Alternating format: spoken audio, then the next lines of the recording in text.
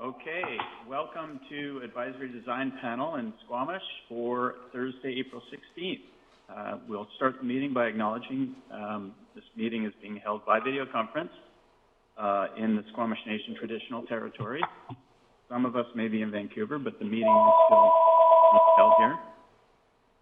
We'll ask everyone to turn off their other peripherals. Not sure where that's coming from. I'm going to start the meeting by reading the procedures for the electronic meeting. So basically, it says, committee members attending the meeting electronically are required to advise the chair of the meeting following when the committee member disconnects or reconnects, enters or exits the meeting so that this can be recorded in the minutes. B, committee members are to identify themselves when they advise the chair that they wish to be placed on the speakers list. And I think we are saying that you'll put your hand up and I'll watch for that. C is with respect to a vote, committee members are only required to say nay vote.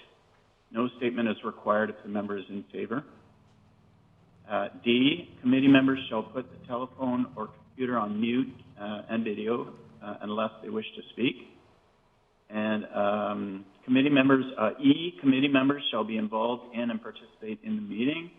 F, committee members shall text Jonas if they have any technical difficulties and get disconnected. And Jonas's number, can I read that out, Jonas?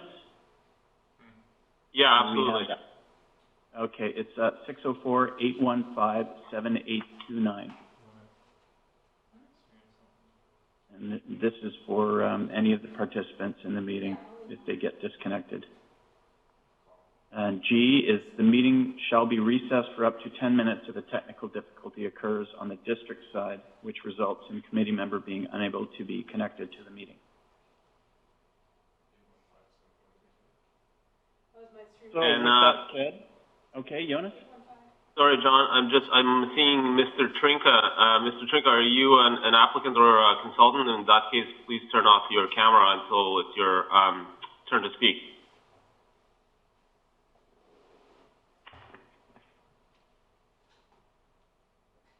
And is that Christina that's joined us? Oh, you might be unmuted. I don't have a name underneath. Is that you, Christina? Yeah. Okay, I see you nodding. Oh, okay, no. Okay. We'll note that Christina Sellen is here. Okay, so the first item, we'll do the adoption of the agenda, and can I have someone to move that? Sarah Tippler will move that. Second. Jenna? Thank you. Anyone against that? No, so that is adopted. The second item is minutes from the meeting of February 20th, 2020. And any comments from anyone on that? No comments, okay. So someone to move the adoption of those minutes. Sarah, once again, and then Carlos for second. Anyone against? Nope. So that is adopted. That moves pretty quickly. So the first item of business is DP 530 at 41312 Government Road, and I'll hand off now to the planner, Brian Daly. Thank you. As you just mentioned, the first project is DP 530, which is a 36-unit rental apartment building at 41312 Government Road. It is located immediately south of the Bracken Bean and Republic Bike Shop. And I will just go right ahead and jump into the presentation and allow the architect to speak. Manny is already logged in here, so I'll pass it over to him. Just bear with me one moment here.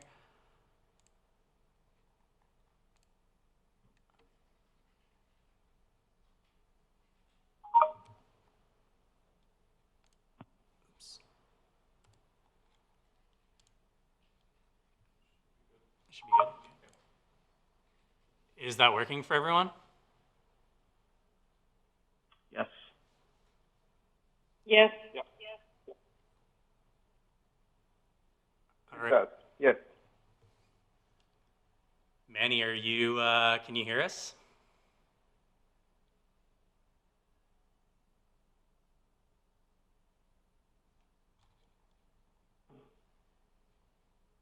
Does not sound like it. It's Laurie Schmidt here from Schmidt and Associates Development Planning. Manny is just having a little bit of trouble hearing and getting this thing to work, so we may want to give him just a minute here.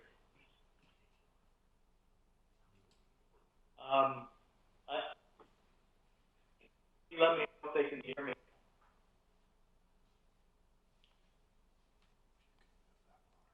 We had you broken up a little bit there.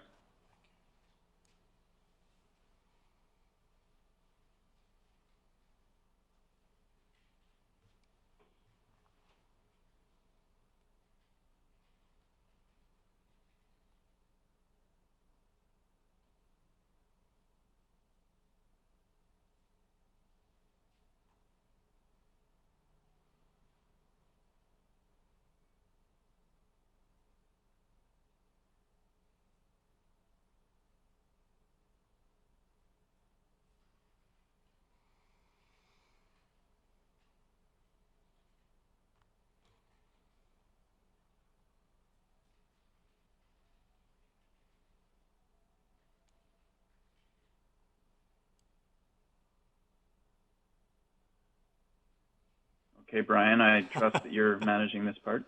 Yeah, I will.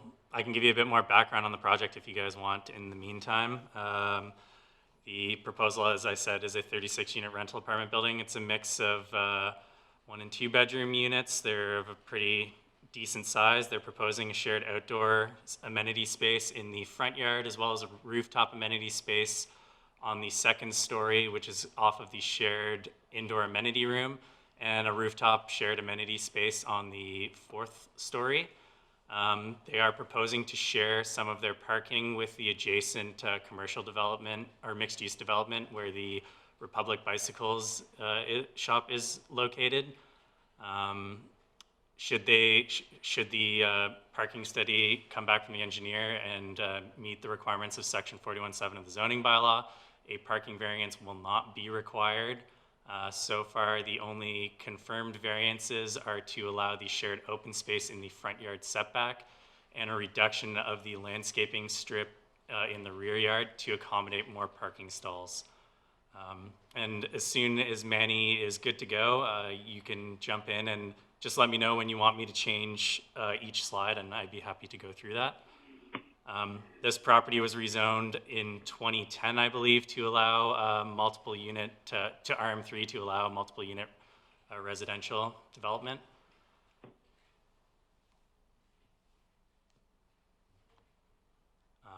Looks like Manny just joined the call. Manny, can you hear us?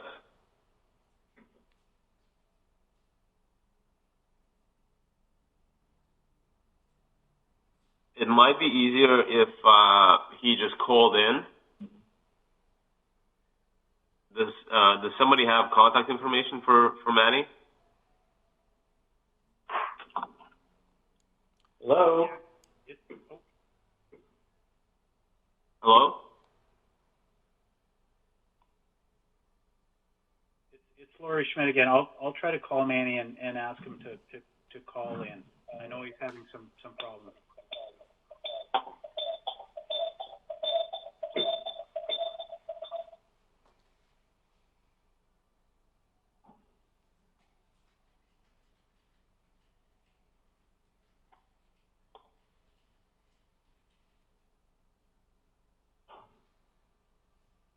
This is where the patience part kicks in on these video calls. Yes. We're well practiced at that over the last few weeks, aren't we? Yes. Patience. It's David here. Can I ask the planner a question while we're waiting? Sure. The sharing of parking onto the adjacent lot, is that going to be dealt with by a covenant that's in perpetuity? Yes. Okay.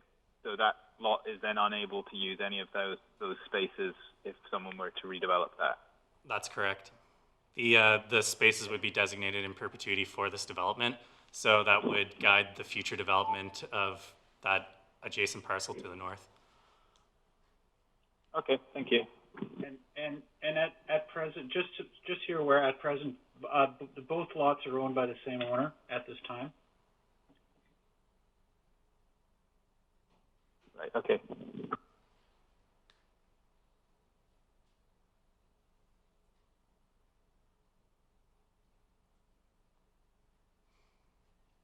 I've asked Manny to call in, so hopefully that works.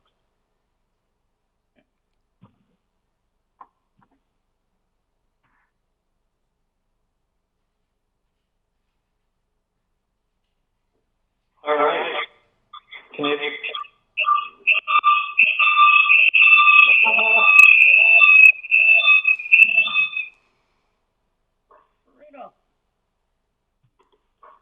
Manny, Hello. if you could, is this Manny? Yes. Okay, I think we've got this working. Okay, we can hear you. All right. Sorry about that.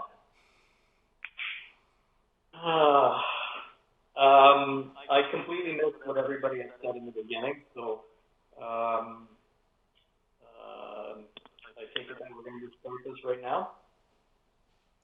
Yep, I've just given a brief overview of the project and going to pass it over to you now. If you just want to let me know when you want me to flip to the next slide when you're done speaking to each one, that'd be great. All right, well, let's jump into it. So we can move on to our next slide. This is just our introduction cover page. This is just showing the building and its front entrance. So the area is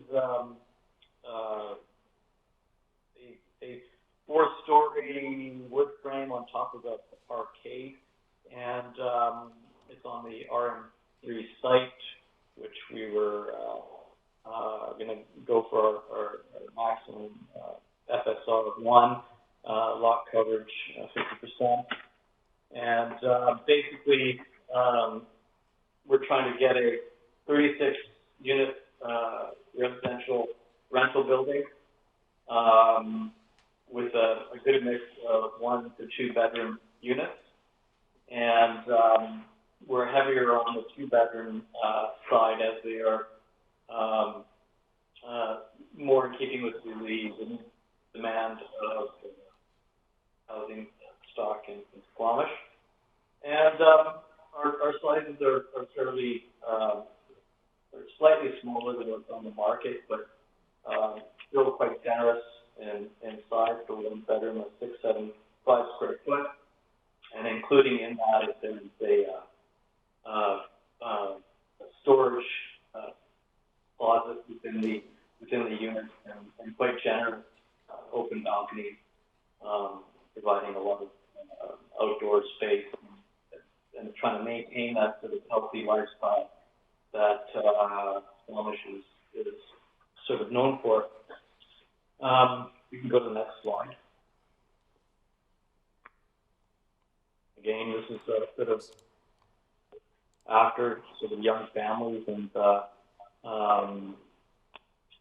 couples and singles and that sort of thing, all sort of keeping with the outdoors, and our location of the site, which is coming up next.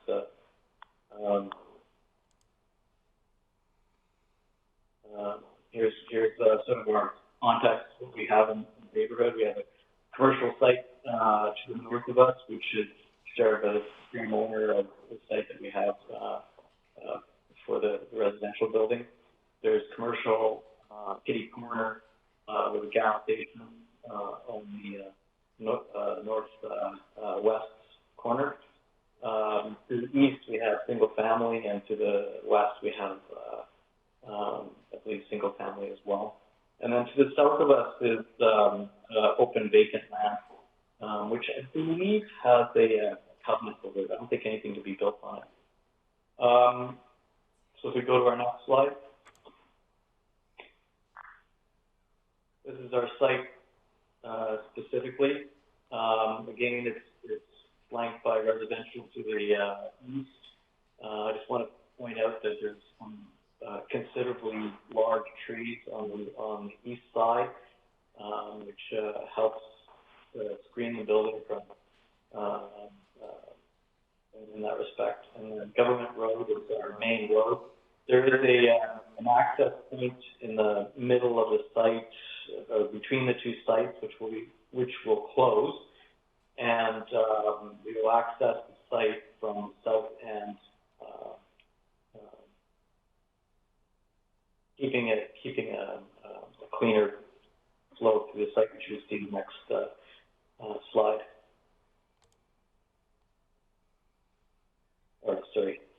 This is just giving you an overview of the site from 49 feet, which would be pretty much the roof level, and just shows you the context of the neighborhood. We're trying to capture the views and beautiful south-facing mountains, and again, you can see the large trees. So it's quite green context that we're surrounded by, even though we're on a major arterial route here. We can go to the next slide. This is a view of the building in context in relationship to the commercial site to the north, and this is just looking down along Government Road. You can see the pretty much how it fits in the landscape there. Of course, there's the road that's still there that will be taken out, and the building will be screened from our public open spaces that are in front there. Move to the next slide, please. Here's just a view from the intersection up at Eagle Run and Government Road. It's just looking back. Again, you can see the trees in the back, and the context is scale-wise, it's kind of sloping up to the top of the building there. Go to the next slide. This is a view coming or going north along Government Road, and this is, you'll be able to see the access to the covered parkade or secured parkade level, and then the 4 stories of residential above. Again, the screening of the trees in the back, and the public or the outdoor amenity space in front, and then the north commercial site right to the north there. Move to the next slide.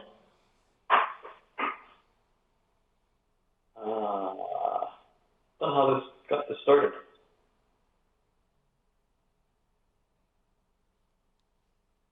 We move to the next slide. This one's not as it should have been. This is sort of showing the overall master plan and the landscape plan that goes with it. To the north of the building is the entrance, where we have our residential entrance, bike storage, and that sort of thing. To the outdoor area facing Government Road is the amenity spaces that we have that have play spaces as well, or sort of growing gardens. And then to the south, you see the access road to the covered parkade, to the visitor parking in the back, and the garbage and recycling at the back. So it's all screened. And so from the front, we see a outdoor amenity space, well screened, but distinct entrance with canopies and so forth. And yeah, if we want to add anything to that, I'll let Daryl speak up. The next slide, I believe, shows more of a detailed plan of the landscape. And then what we're thinking is having sort of outdoor urban garden that's in front, very interactive. And there's some real benefits that, given that we have the covered parking plinths, which would be at grade, this helps us screen that big wall and allows us to have greenery growing up on it, trellises, and given that it's southwestern exposure, it's space on the site and create that vibrant, interactive feel that you know, a building like this, rather than being on stilts, has a relationship to the ground. Next slide. These are just showing our outdoor amenity spaces that are also on the first level of the residential and on the roof as well. So we have ample spaces that provide lots of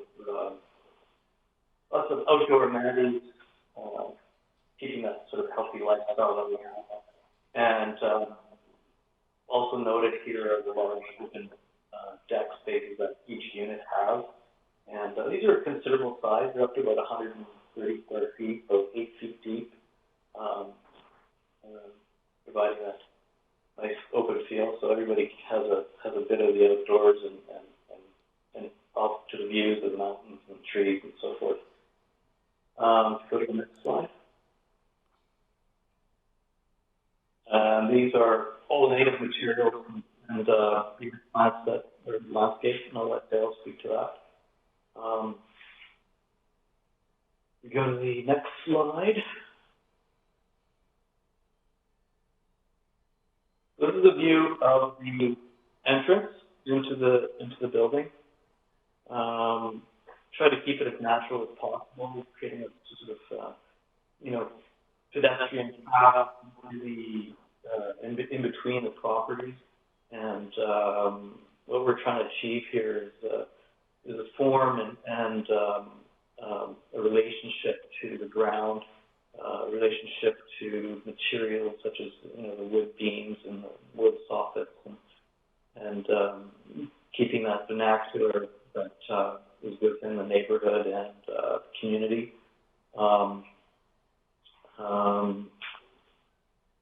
Large overhangs, deep balconies can provide shading. Go to the next slide. This is another view, more of massing of the building. We have the stair core related to around the north end, which we were thinking of having perhaps a local artist doing some artwork and putting it on either the north side or the northwest side of that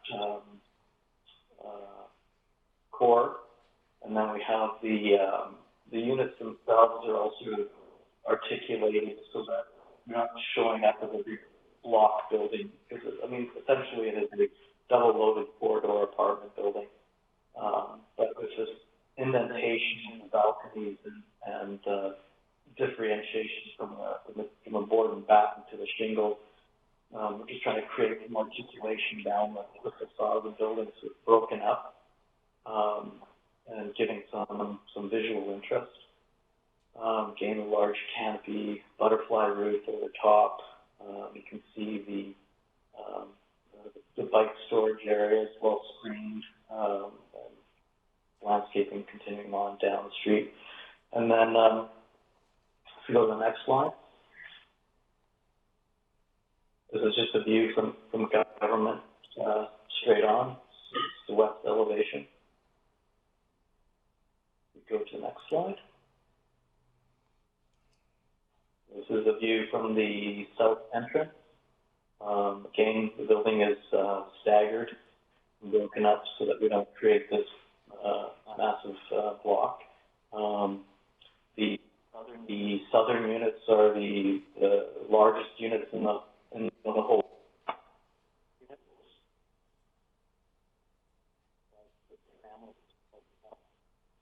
They have large balconies, huge house.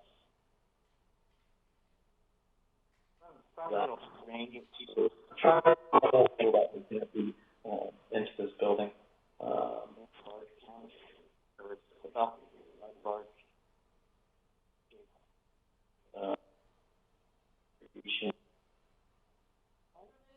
I can't really hear. I don't know if it's just my connection. No, that I was also Breaking having a up a hard bit. time hearing. I can't hear either. not hear me?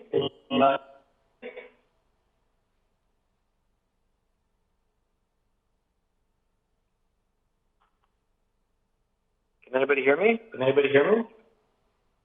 I can hear you now. I can hear you now. It's just crackling up for a bit Okay, there. were you able to hear anything on what before or where did I leave off? I don't know if you've maybe got your phone on and the computer because we can hear an echo. Let me just see if I can do something here. Is that any better? Still The echoes. echo. All good?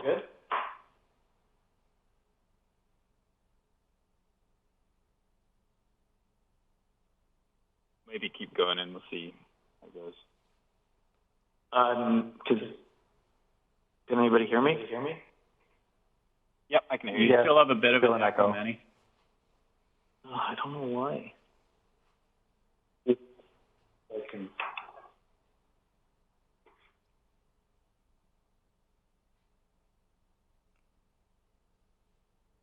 Okay, well, I'll just continue on here. So this is a south view of the building. Again, the end units are the largest units in the building. They're 2 bedrooms, I think they're about 930 square feet. We have large balconies, which also provides shading. And you can get a view of the outdoor space along the government road, screening the parkade and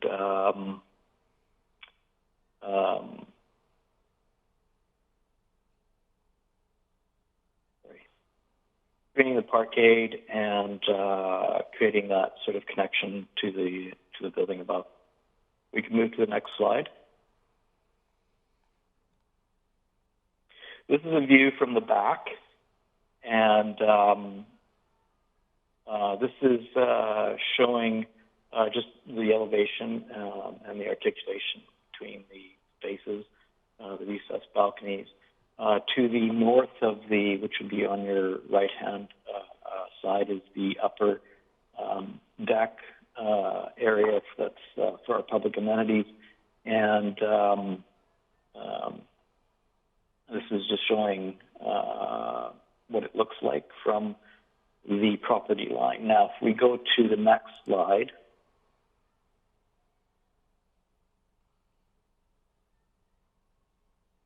can we go to the next slide?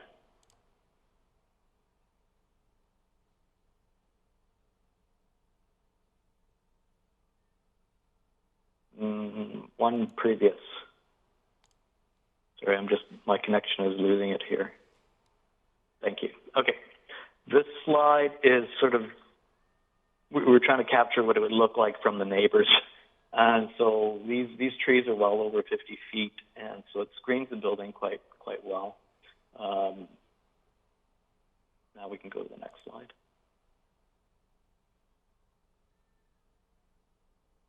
All right, this is a view from the south end, showing the parkade entrance.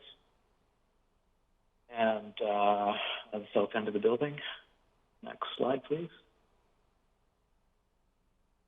This is a view from the northeast corner, looking down, I guess, from the commercial site. And this is just the connection between the back or the east property and where we'd have access to the recycling that is just right on the front.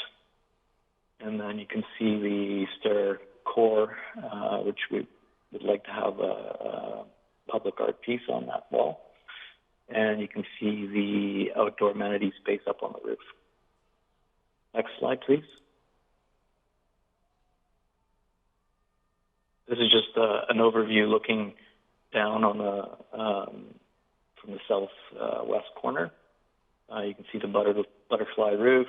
You can see the terraces off the first level of residential. The amenity spaces up in the north, the outdoor amenity spaces on the ground. the articulation in the building, plenty of balconies and so forth. We can go to the next slide. This is a other bird's eye view from the north west corner, looking back. Shows you the butterfly roof and the outdoor amenity space on the northeast side. And if we go to the next slide, this is just a view from the other corner, from the southeast corner, looking at the access road that connects both sites from the back, and it's well screened from the government road. We go to the next slide.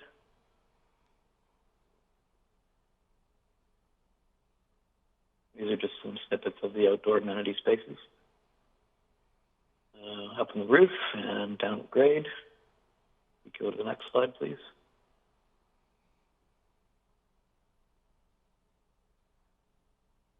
I wonder why these are not showing up correctly. We'll have to skip this one. This is a site plan that should be orientated the other way. This should be orientated the other way too. I'm sorry, I don't understand why these are not coming up correctly. Could try the next slide.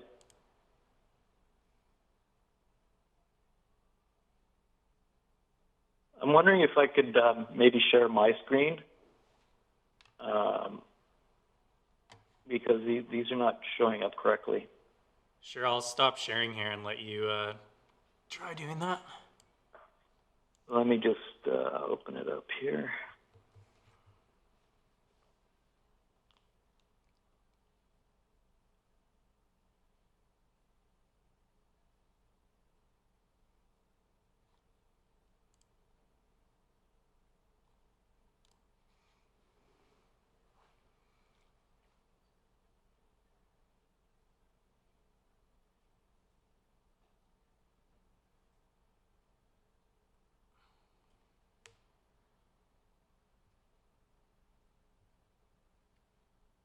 How do I share my screen in here? Manny, there's a button at the very top, says where your mic and camera icons are. It says share screen. Do you see that? I'm trying to find it. It's gone. If you just move your cursor to the very top of the screen, there should be 3 or 4 icons: the hang up icon and then the share screen.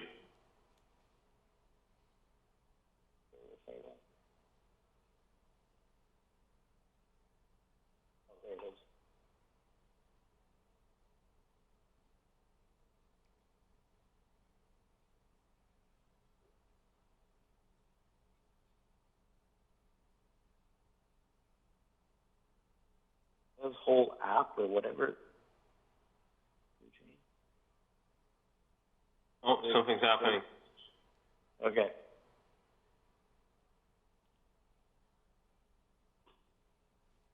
Okay, let's try this again. Let's just go back here.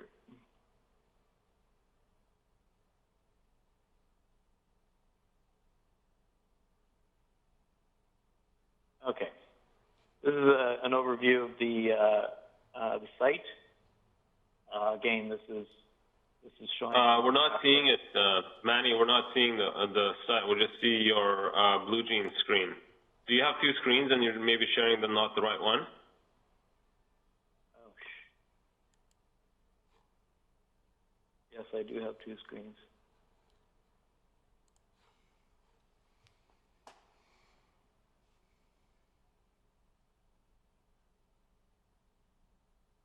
What if you drag over the PowerPoint to the other screen? So do the same thing. Just share your screen and then drag your PDF or PowerPoint over to the right screen.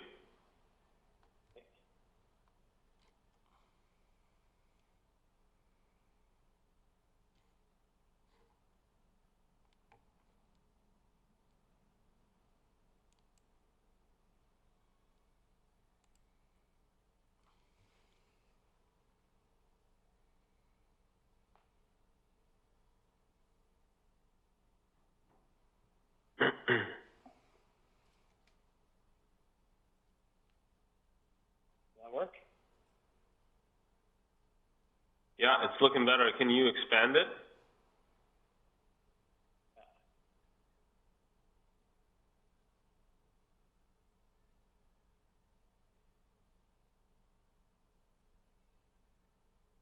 You still there? Can you see it? Yeah, we can see it. If you could go like full screen or something. Right now we can still see it as the presenter view, so it's really hard to see the details. Okay, hang on.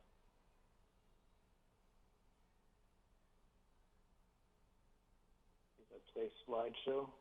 Are we good? That's on that? better. Okay. Let's just see what slide we were. Okay. Sorry about this technical stuff here. Okay, so this is our site plan. Again, this is our access back, our recycling and garbage disposal here in the back, our entrance into the front of the building with bike storage, our amenity space to the south. And then this is just the access up to the building and our parkade. Manny, can you refer to colors on the site plan, because we don't know which piece of the site you're talking about. Sorry?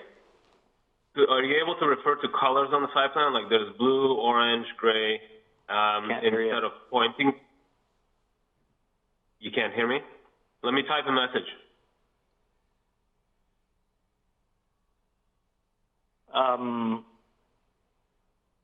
Yeah, I couldn't hear anything that you said.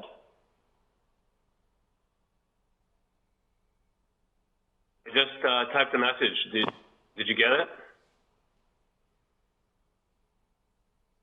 Hang on, I have to get out of the screen mode here.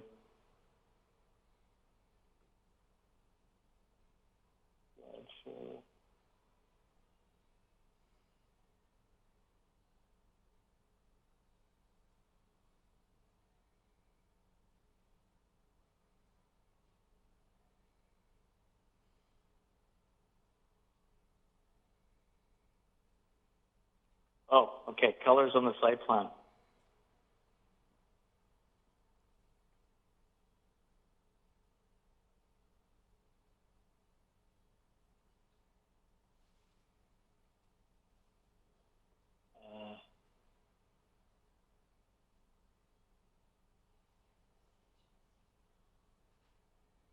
So the blue here, this is recycling. These spots here are elevator control room. This is basically these are sort of utility spaces. This is our water entry. The orange is the circulation space, stair course. And this is the entrance into the building here.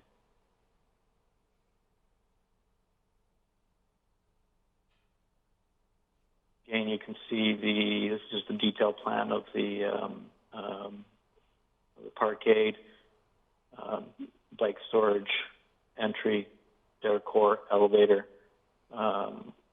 telephone room, garbage and recycling, water entry, outdoor amenity spaces. This is just a detailed plan of the parking. And we have currently 47 spots. And the bike storage, this is the first floor of the residential. And this is our amenity space with our outdoor portion of it.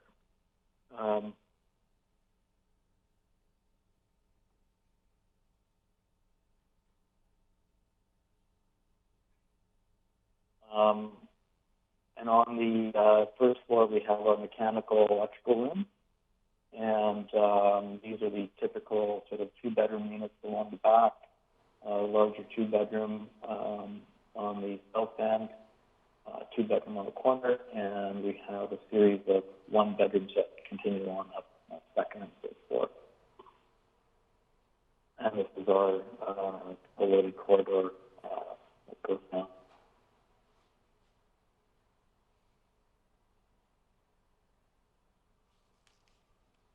is the second and third floor plan. These are the one bedrooms along the front. Manny, we cannot see what slide. You haven't changed your slide.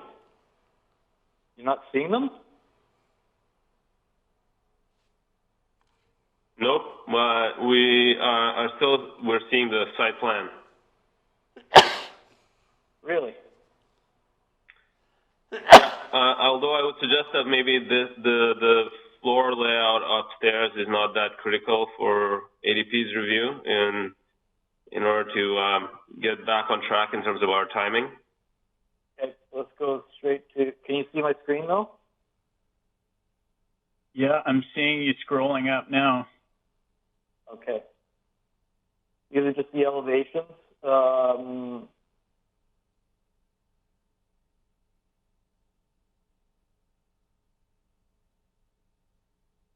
Along the ground, we have our concrete parkade, which will be clad in a brick, and then here on the stair core that goes up on the north end is also clad in the brick, and then the rest of the building is articulated between board and batten and a shingle, and with the recessed balconies, and kind of pick it up as we go along down the site. And that's sort of the front view. And this is the rear. And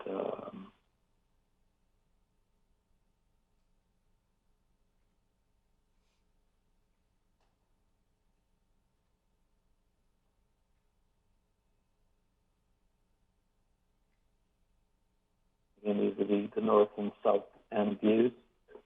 And our material palettes that we have are the SBS roof. We have glulam beams, glazed balconies with charcoal railings, and same with the window frames will all be in that sort of a charcoal Douglas fir posts.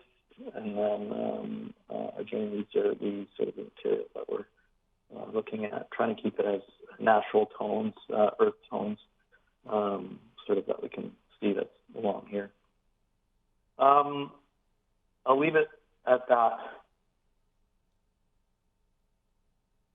Are we Okay, still thank there? you. Can you stop sharing the screen? Yeah.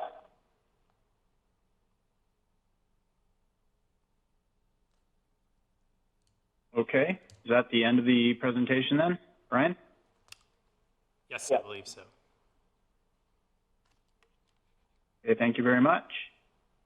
I believe what we'll do for questions is I'm going to call name out, and then whoever name it is can turn on their video and mic and ask the question. And we'll just ask everyone else to have their mic on mute until their name is called. So I think we will start with David Arnott, if that's okay for our first question. Yeah. Can you hear me okay? Yes. Yep. Okay, perfect. I just wanted to ask, what thoughts have been put into energy and water conservation? So I'll answer. What we've done is we've got the butterfly roof, and I think given that our site is very tight, obviously we try to conserve or collect the rainwater and use it as much as possible in our irrigation. And then our stormwater management takes the runoff and it goes into a creek along not a creek, but a waterway, a natural waterway that's on the south end of the site that's pre-existing. Okay. Cool. And Daryl might want to speak to some of that.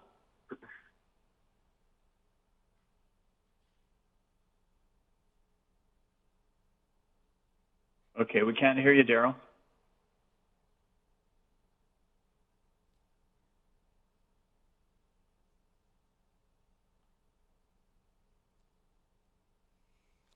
Nothing. No. Daryl, are you on Microsoft Internet Explorer? Just give me a thumbs up or thumbs down. Oh, you're on Chrome, so it should be fine.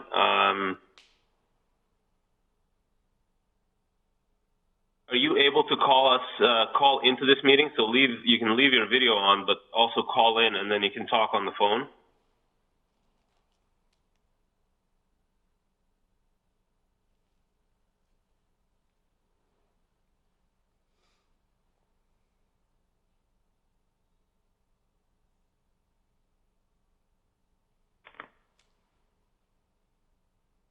In the meantime, could I maybe ask the applicant about the energy conservation then? Thanks, David. Go ahead, Manny. Well, I mean, we're going to be doing everything that we can, obviously. In terms of the water or heating. For example, I think we're all going to have heat pumps in these things. So there's a chiller up on the roof, and it's probably the most efficient way of heating and managing energy in the building.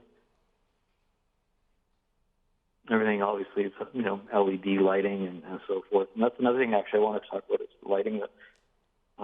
Everything will be sort of soffit lighting, path lighting on the outside. Everything's kept low to the ground, so we're not environmentally polluting the site. Okay. Do we have Daryl yet, or should I just keep going with some architectural stuff? I think Daryl's trying to do in.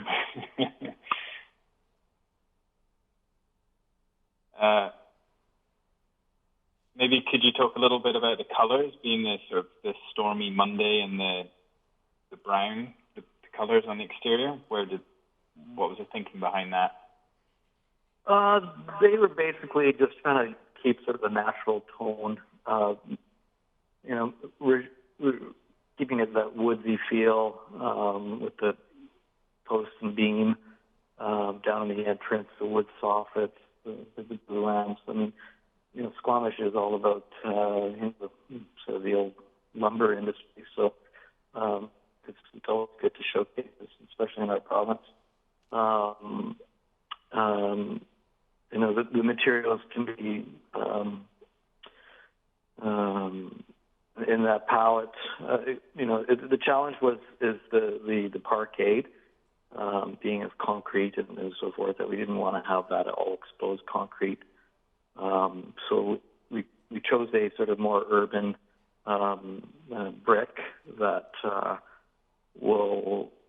it's not that bright red or anything like that. It's sort of a whitish brick that sort of relates to stone and keeping tech colors in a sort of a natural palette in the grays and the wood tones and that sort of thing, and let the environment and the nature sort of speak and shine around it. Okay. And then one other question, which was there any consideration given for any other options to the rear? It kind of looks pretty much just like a drive aisle at the moment. It is. It's challenging because it's quite tight. In discussions with planning, that originally we had a sort of a 2-meter setback for some landscaping, but given to get the parking in the back, we had to sort of eliminate that. One of our schemes was we would push the whole building forward 6 feet, and that took away considerable space to the front. So this was sort of a give and take, and given that the neighboring properties had such prominent trees in the back that this sort of powered that sort of break between the two properties. But along the back, I think what we're intending is that it be fully trellised and try to have creepers, climb up the building and soften it that way. Thank you.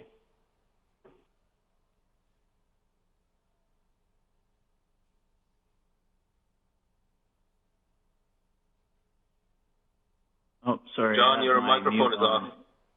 Yeah, so we're going to Mike Van Capel next.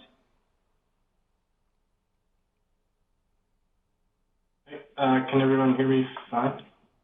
Yep. Yep. Yep. Great. Just a couple questions. One is the mailboxes within the building or outside of the building. I don't know if The mailboxes are within the front entrance. Okay, so all of the mailboxes for the unit. Okay, perfect. Yep, they're all inside. Yep. Yeah, okay. The communal areas, so like the, I think it's A201 and A204 on the plan set shows the outside decks, the community areas. Are they covered or are they open? They are partially covered and just from the building overlay, and then so let's say if you go to the one on 201, it's sort of half and half. The amenity spaces are recessed back underneath the third and fourth, second and third floors, and then you sort of have outdoor and covered areas. And then my other question was just the hardy shake. There's quite a bit of it on the building, and in the palette, it shows it as like a wood grain hardy shake, and then on the call outs it says it's like a smooth, says hardy panel, straight edge, smooth texture. Is it going to be sort of that modern smooth edge, or is it going to be wood grain across the whole thing? It'll be the modern smooth edge.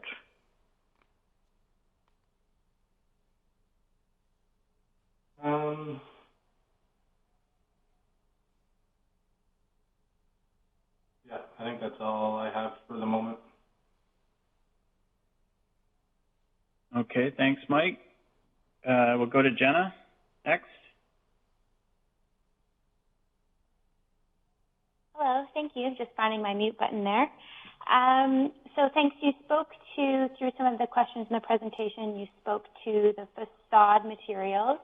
I was hoping that you could speak to your thoughts around currently the design. The lower portion has a very different color palette to the upper portion, and I was just hoping you could speak to your design kind of approach to that idea. So in the, I believe in the PDF packages that you guys received, the colors that we have in here are, for the board and batten, we were looking at a southern vine, and the shingles are the barley beige. So these colors are we're taking it sort of like a weathered approach, because if there was shakes and cedar and so forth, which on a large building of this kind, it's a bit sort of a luxury. But these products sort of have a real durability to them, and giving the colors, we're trying to sort of blend in with the palette of the trees in the neighborhood and the tones in the mountains that you see in the distance. But the brickwork itself, which is sort of an off-white brick, just sort of speaks to that sort of natural sort of stone-like without being stone. Right. I'll re-clarify. What I meant was the parkade level reads as one sort of unified piece around the building, and then there's the upper level. So I was just more wondering if there was potential consideration to sort of blend the parkade so that it would read more as one piece of the whole building, was more my question. Is that more clear? Yeah.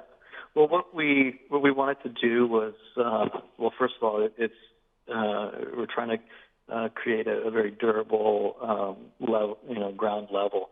But we would break it up with all the trellises that go along down the side and have a growing medium that goes up and break that pattern. So that brings me right into my next question, which is perfect. I was hoping that you yourself and Daryl could speak a bit to those green facades and what approach you were looking to take, what kind of application system, whether it be a planter or a green facade, et cetera, that you were looking at. Well, I'll just speak from our quick side here, our architectural Perfect. side.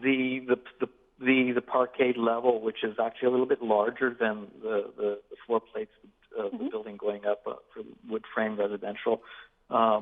We sort of have perimeter planters on the top so that we can have growing mediums that go down, and then along with the trellises, that would be and paths around there that growing medium could also come up from the ground. So now I'll let Daryl speak to the specifics of that. Hear me now? Yay! Yep. Yes. Okay. Yay. Welcome to the party. Right. Thank you. Right now, we show the pathway running fairly tight to the building face. When we were having our meeting the other day looking at the renderings, it became apparent that we needed something in there. Manny has shown some screens. I think we can pull that walkway enough away from the building face that we can get a narrow planter in there, get some flowering vines. I think we've got some jasmine already on the drawing, but even some Boston ivy for where we don't have a trellis. So we'll end up with basically a green facade there, and in the winter, when the leaves fall, it's going to go a brilliant red first, and then the leaves will fall, and you'll have a beautiful tracery on the facade. Okay, great. And then my last question is for Daryl. I was just hoping you could speak to the planting approach in the front yard, I'll call, along Government, with regards to the trees. There's a lot of trees that are going sort of into the site. Yep. And I was just hoping you could speak to the treatment along Government and sort of the rationale for the lack of trees on that area. I suspected somebody was going to mention that. Yeah. We're trying to iron out what's actually happening along the street. Yep. We know there's going to be some street trees, but we don't know what and where. We do anticipate them, so it's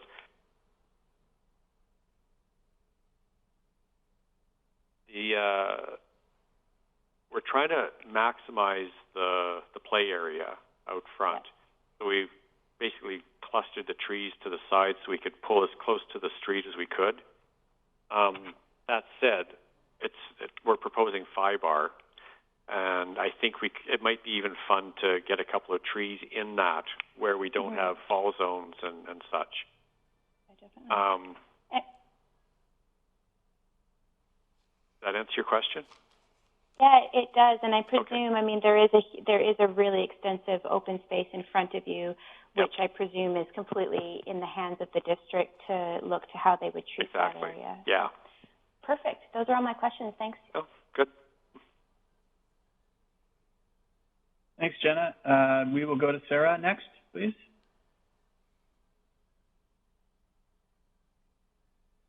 Can you hear me? Yes. Yes, perfect. Okay, can you explain the surfacing at the front entrance? In some of our renderings that we got, it looks like there is some vegetation growth between the pavers, and then in some of the drawings that you showed, it says... That's been corrected. It's completely accessible. There's no grass growing between the pavers. The only area where there would be any plant material coming in is on the end, where there's a sort of back and forth play with the slab effect of the paving. But the main walkway is all accessible. Great. And there's no grade change from the sidewalk to the front entrance? Not much, I believe. I think it's pretty level. Okay. And then can you tell me what the width of the door is into the parkade from the rear entrance on the east side?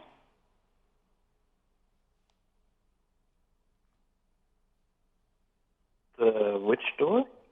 There's a door that goes into the parkade from the back side of the building, the east side.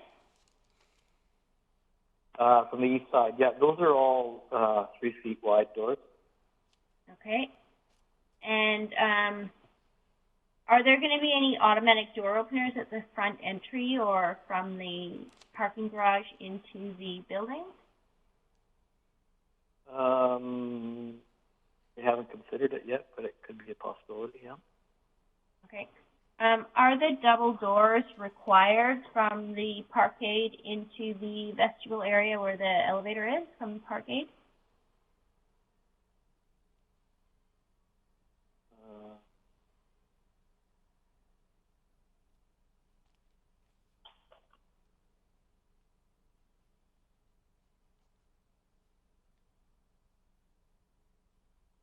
From the parkade? Yeah, from the parkade, there's 2 doors that you need to go through before you get to where the elevator and the main vestibule area is. Are those 2 doors required? Actually, they're...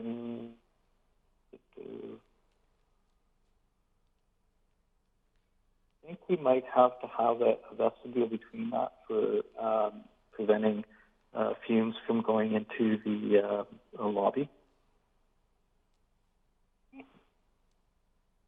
And can you tell me what the space is on the latch side of the door from the elevator side going back into the parkade? I believe we have 2 feet or more. Actually, isn't 8? No, it's 5 feet. No, there's not, because the door is 3 feet, and you need to have 600 millimeters, and it's not. I don't think it is that much space.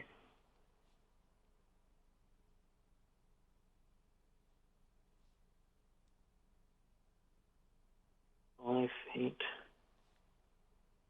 Well, that could be corrected. That's not a. We have the space in the parkade.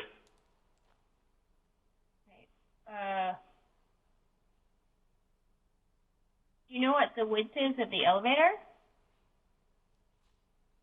Right now it is. The core is 8'4" by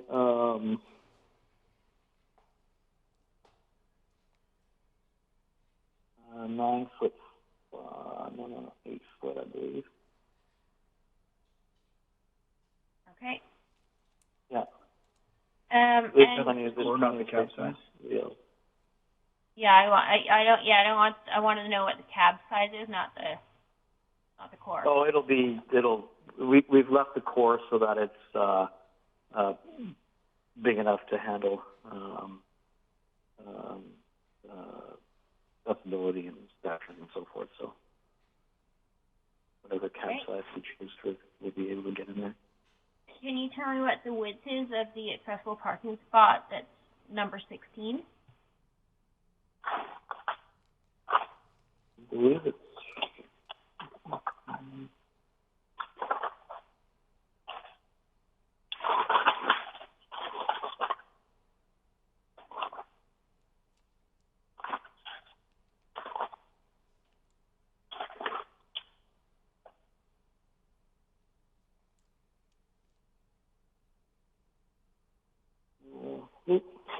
feet, 15 feet 2 inches. You don't happen to know what that is metric, do you? Basically, it's 4 meters wide.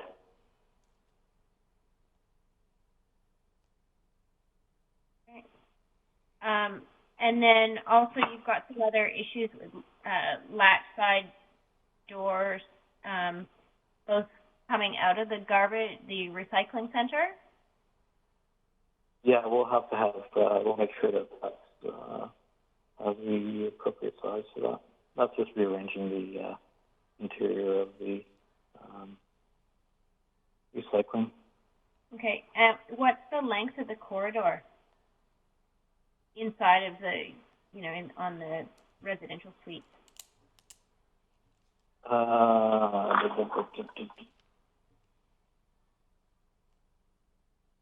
More than 30 meters? No, it's, I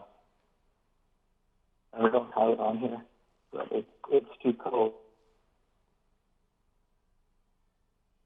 Which,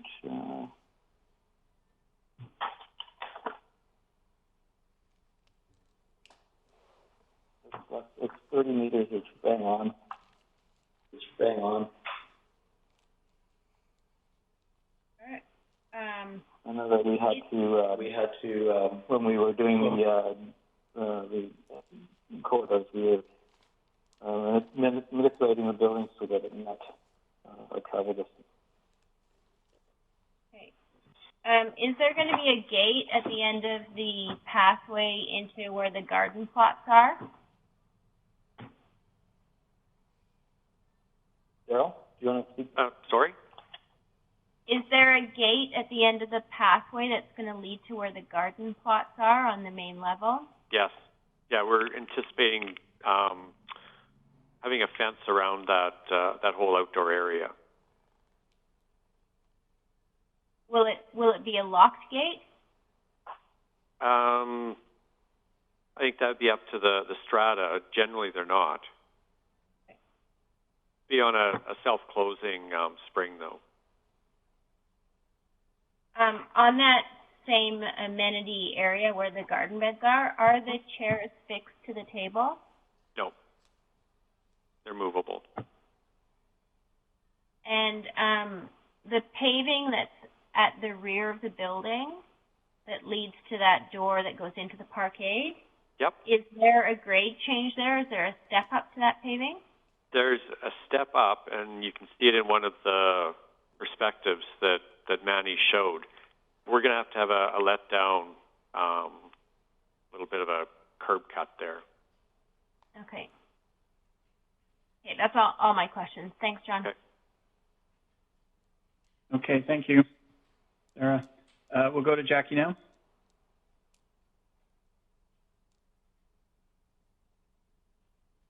Thank you. Can you hear me? Yes. Thank you for the presentation. It's a very aesthetically pleasing building. The question about the public art is that are you going out privately to find the artist, or are you going to bring that to the Public Arts and Squamish Arts Council Committee? That's a good question. Lori, you're on. Yeah. We'll likely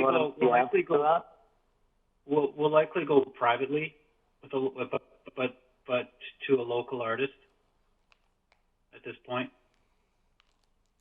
Okay, so you wouldn't consult with the Public Art Committee on that? Well, I mean, we're certainly open to that by any means. I mean, they know better than anybody.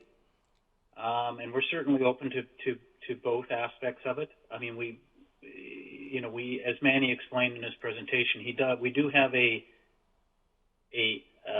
fairly substantial palette that we can work with. And we want to make sure that it's something that's both amenable to a local artist, but also to the public art community in Squamish. So, I mean, we're certainly open to a discussion around that. All right. Thank you. My second question is for staff. In terms of public transit, would there be bus stop northbound and southbound on Government Road for tenants to access? There is one in close proximity, but it would not be immediately in front of this property. This development application was referred to BC Transit, and they did not request any bus stop upgrades or relocation of bus stops through that process. Sorry, who didn't? Was that BC or was BC that Transit. the developer? BC Transit. Oh, okay. So the district has no requirements to have for rental apartments to have. I'm speaking to the parking and the transit issue. Would it not have? I mean, it doesn't have to be in front of the building, but like on the corner, north. On the north corner there? There is bus stops in very close walking distance to this development. I believe one is it's close to across the street on the west side of Government Road, and then there's one to the north, I believe, north of Eagle Run, so it's pretty close. You can definitely walk there. Okay, excellent. Great, thank you very much. That's all my questions. Thanks, Jackie. We'll go to Brent next. All right. Thank you. Everyone can hear me? Hey, Brent, yes. Perfect. Yeah, just a couple of questions, and I'll continue on the bus stop. Just something, I think, just wondering if other connectivity for pedestrians was looked at. If this isn't actually about the bus stop, but connections for pedestrians to the commercial building adjacent. Just wondering if that was looked at.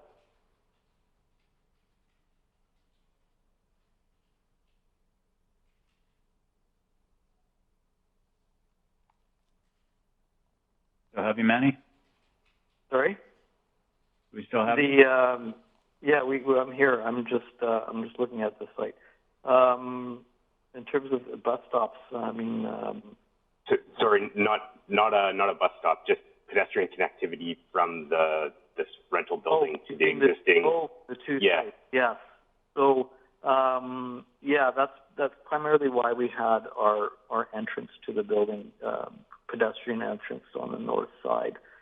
And so there is a little strip of area between the adjacent building that north side would become sort of pathways into that and have that connectivity through the site, especially going east to west and west to east, and also north to south. There's some restaurants and cafes and bike shop and I believe a hair parlor in there or something like that. So, yes, definitely having that sort of connectivity through there. Okay. And then I had another question about the sidewalk that's shown continuing from the site up to Eagle Run. Is that going to be continuous? Is that part of this development? Yes, we're looking at sort of a master plan that takes into account continuing that sidewalk all the way up, and then along Eagle Run. I believe in Daryl's landscape plan we show some planting along the embellishment along there, along Eagle Run. So we're trying to create a sort of a unified site overall. Imagine that the north site will be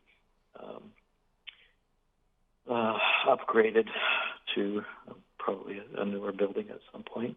So trying to incorporate those measures now would be more beneficial, especially when you have one owner that owns both sites right now. So. Yeah. I had another question about the walkway shown to the south. There appears to be both a sidewalk and a paver walkway. Yeah, I think that is a leftover from originally we had bike paths that was going sort of north-south, but unfortunately that would end there. And so it has our direction from the municipality is that they likely will not put a bike path on that side, but on the other side of Government Road. Okay. And then I had a question about the sidewalk and whether or not a setback with boulevard was considered. I know that that's sort of, as you mentioned, is kind of up to the district. So yeah, I mean, what we've shown here was sort of just our initial talk with what they foresee would happen. Like again, I think Daryl was mentioning that we'd probably plant these with trees, but this would have to be a discussion with the municipality and what they want to do. So we're at their discretion. We'll provide whatever they want. I think that is it for me. Okay, thanks, Brent. Sorry. I just wanted to reiterate on the connection between the two sites and representing the owner, just to reiterate that as part of this overall development, there will be upgrades to the existing commercial building, not only landscaping, but to the building as well. Just to, as Manny said, to tie the two together, as, you know, one is important to the other in both aspects. Okay. We will go next to Carlos. Hi, everyone. I think my camera's just turning on here. I think all my questions have been asked, so I'll pass it on. That might be a first. Thanks, Carlos. We'll go to Farzan next, please. Hi, everyone. I hope everybody's okay. I had a few questions regarding parking. Manny, what's the height of the clear height of the parkade? I believe we were at, some of my drawings here. Just roughly. I believe it's,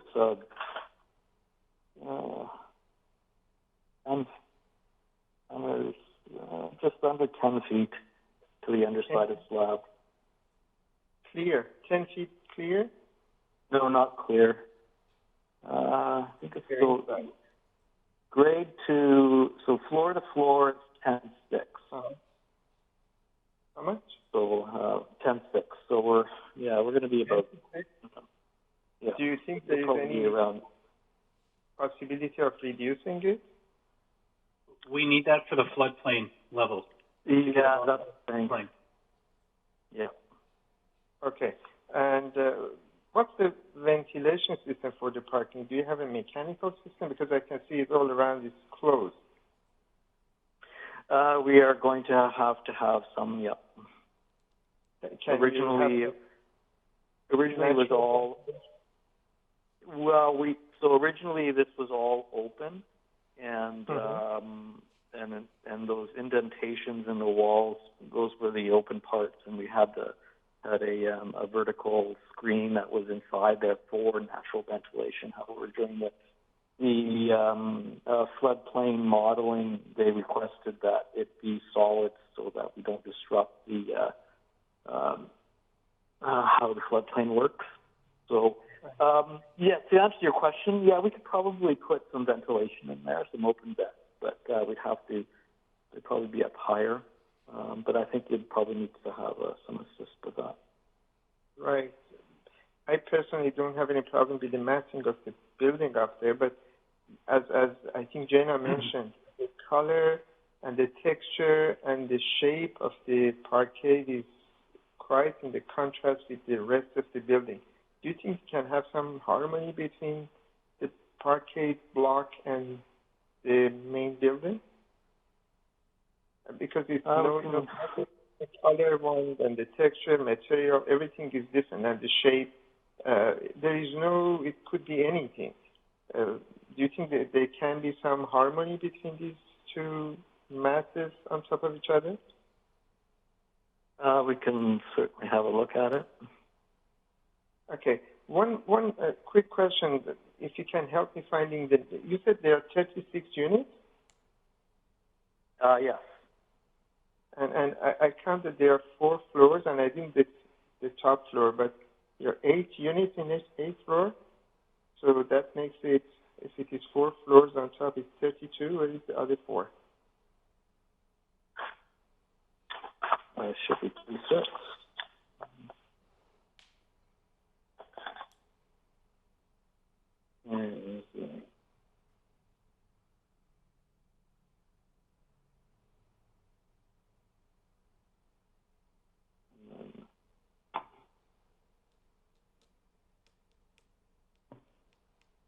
There's 10, 110.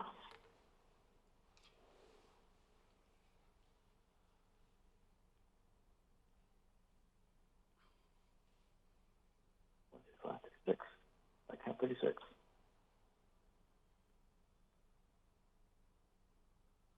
Well, I didn't see the top floor, but it looked like that the top floor is actually a bit smaller, not the same as the other. The top floor is smaller. There's 1, 2, 3, 4, 5, 6, 7, 8 units on the top floor, 8 units on the first floor, and 10 in between.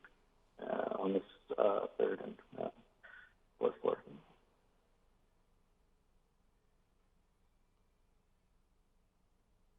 So 10. There's 36 units.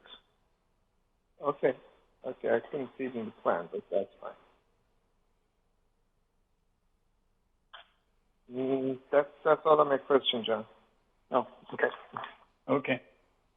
Thank you. And last but not least, Christina? Can everyone hear me? Yes, we can now. You guys hear me? Okay, great. Thanks very much. Good presentation. I really like the project. I had 3 questions, but I believe they're answered. I was going to ask about the street trees and if there's any consideration for shade in the playground area, whether it was going to be fenced, and what the playground material is, but I think you've covered those.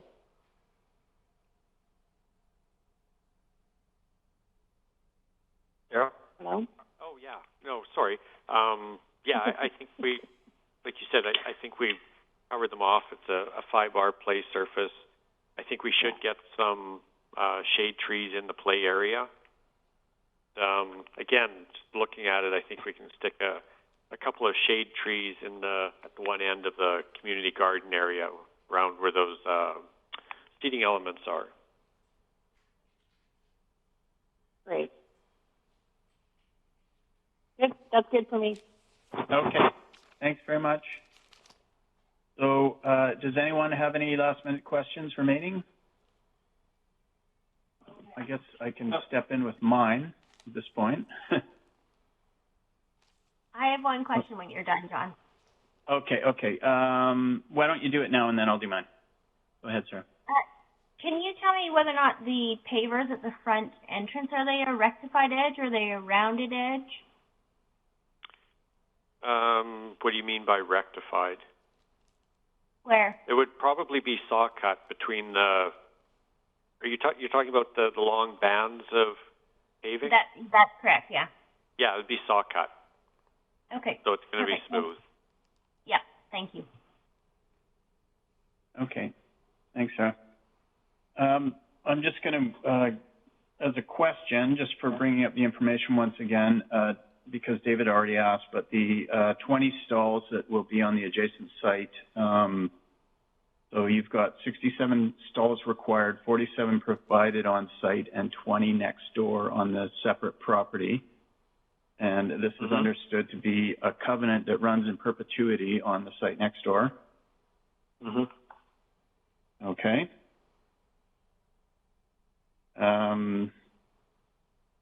So it's not a relaxation.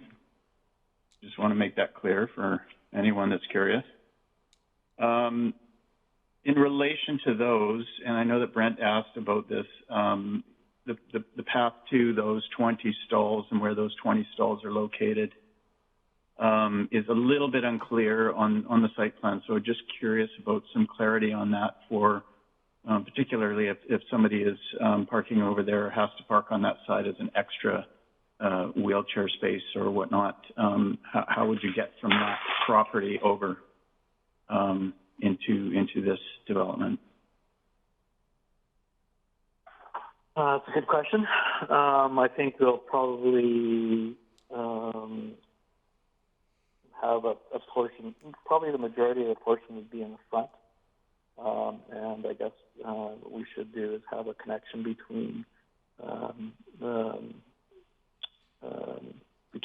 that site and a hard surface. It looks like a walkway along on the north edge of the property. Is that what that is along there? There's that. That sort of connects the front to the back. But I think perhaps, Daryl, we continue that staggered walkway right through on the government side street. Sure. As well, since we have one in the back, we should probably do one in the front as well, so that we just cover both sides. Okay.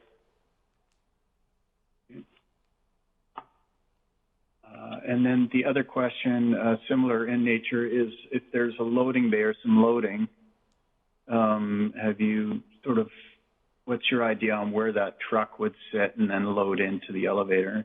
And have you some sensitivity to the movement of large items through in that hallway and into the elevator? I think, probably realistically, for a moving van or something like that, small vans would be going obviously into the parkade.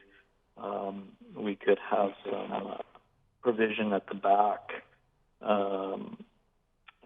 We can also add a double door at the back there.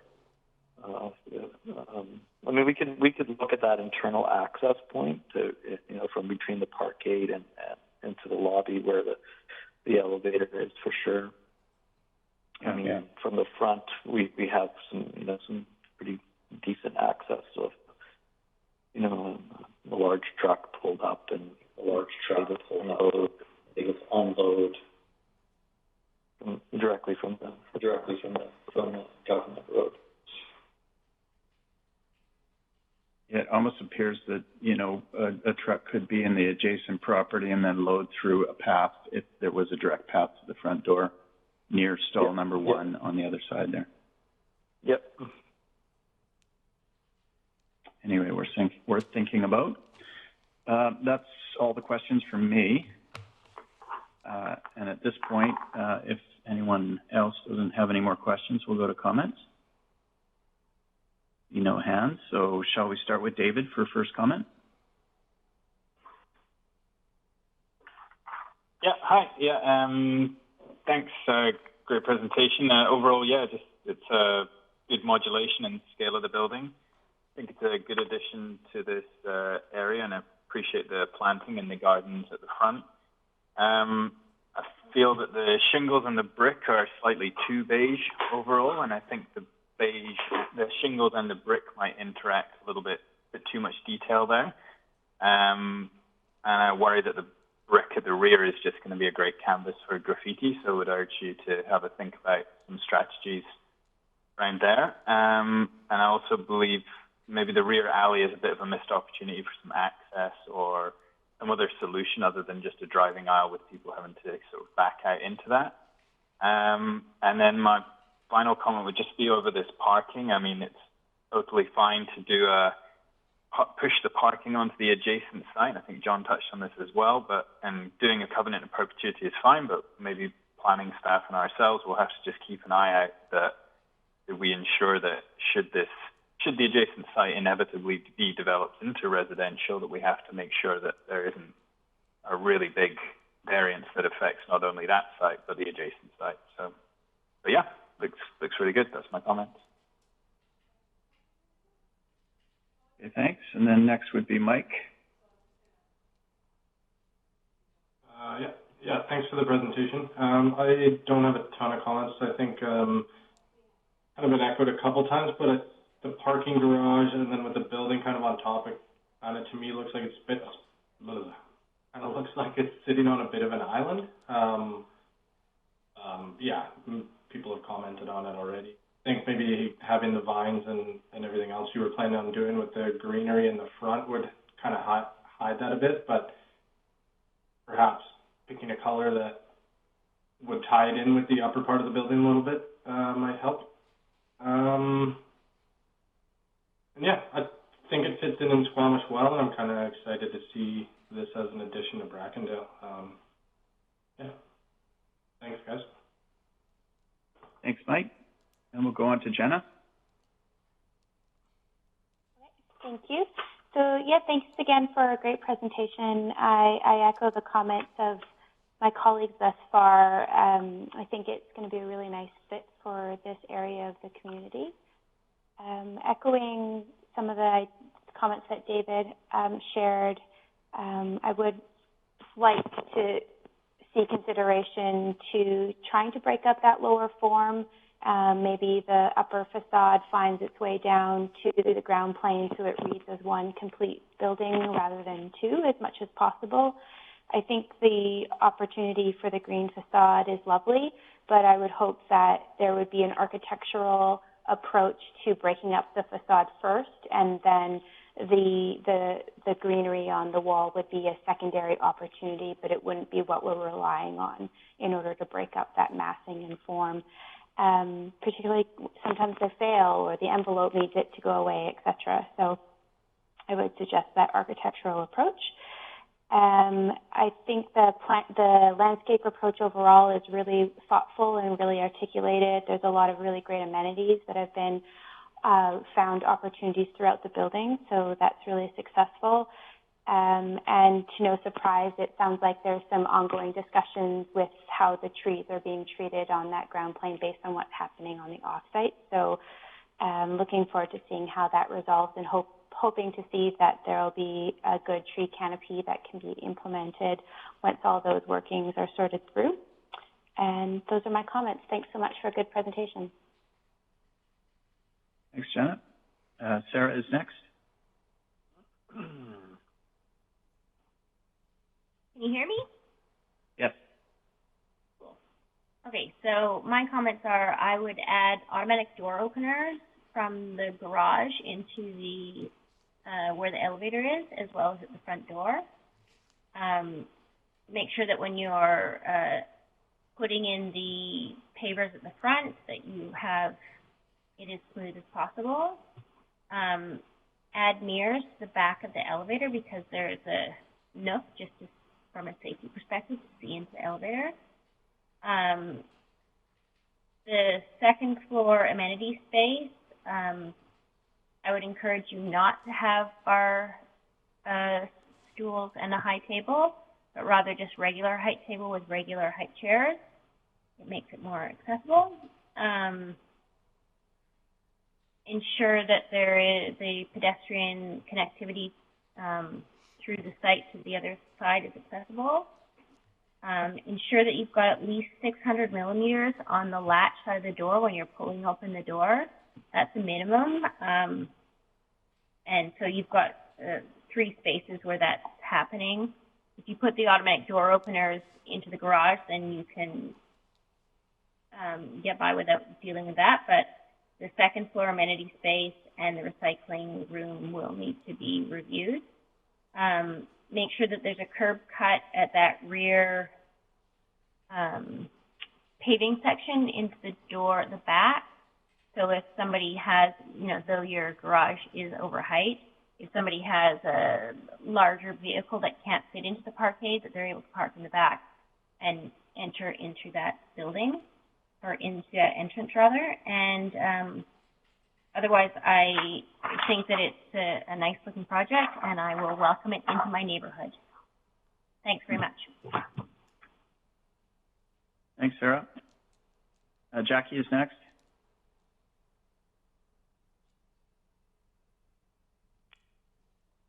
Thank you again for a great presentation, and I really like the form and design of the building. I echo David's comment and recommendation that you consider that back slab gray area for a bit more aesthetic and a bit more texture and shape, and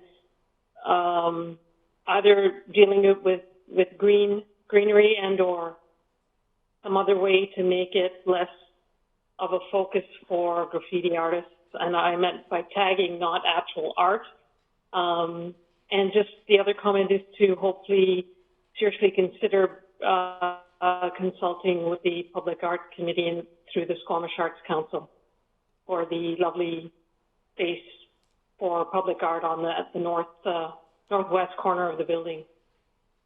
Thank you. Thanks, Jackie. Brent? Right on. Thanks, guys. Echo the comments. I think it's a nice looking project and will help accentuate Brackendale. I think, fit nicely. A couple of comments back on sort of pedestrian circulation, echoing that need for an accessible access between the 2 sites. I think this is also a good opportunity to improve, potentially provide a mid-block crosswalk across Government Road to the southbound transit stop. And then also providing a connection for people who are biking on the bike lanes on Government Road So I think that those active transportation connections as you're building this density will continue to be important.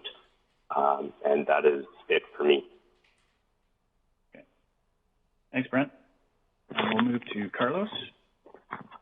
Yeah, thank you very much for the presentation. I as well quite like the building.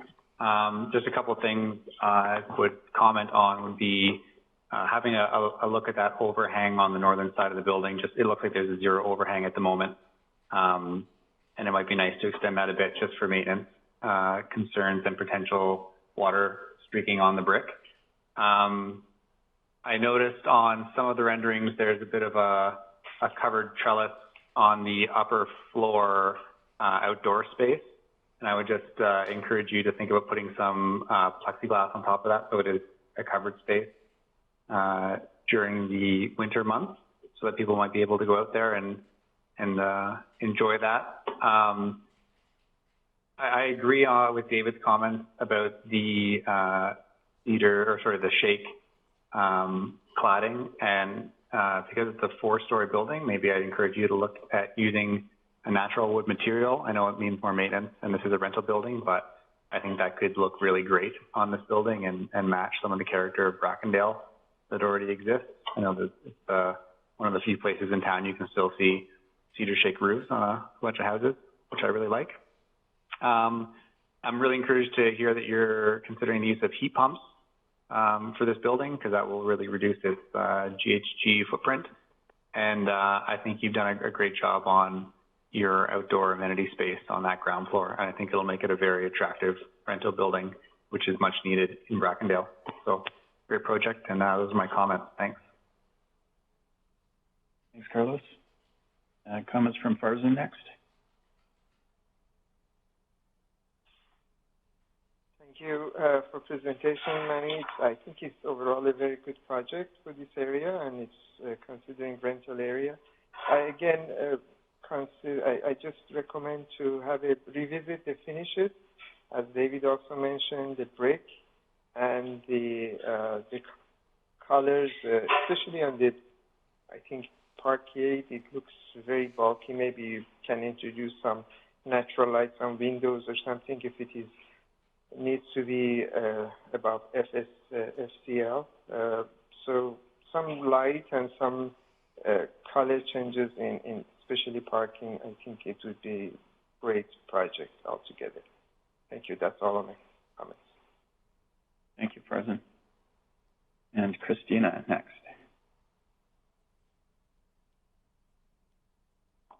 Hello? Can you hear me? You guys hear me? Yes. Okay. You're good. Thank you again. Great project. I agree with everything that's been said. I think it's a nice addition to the area.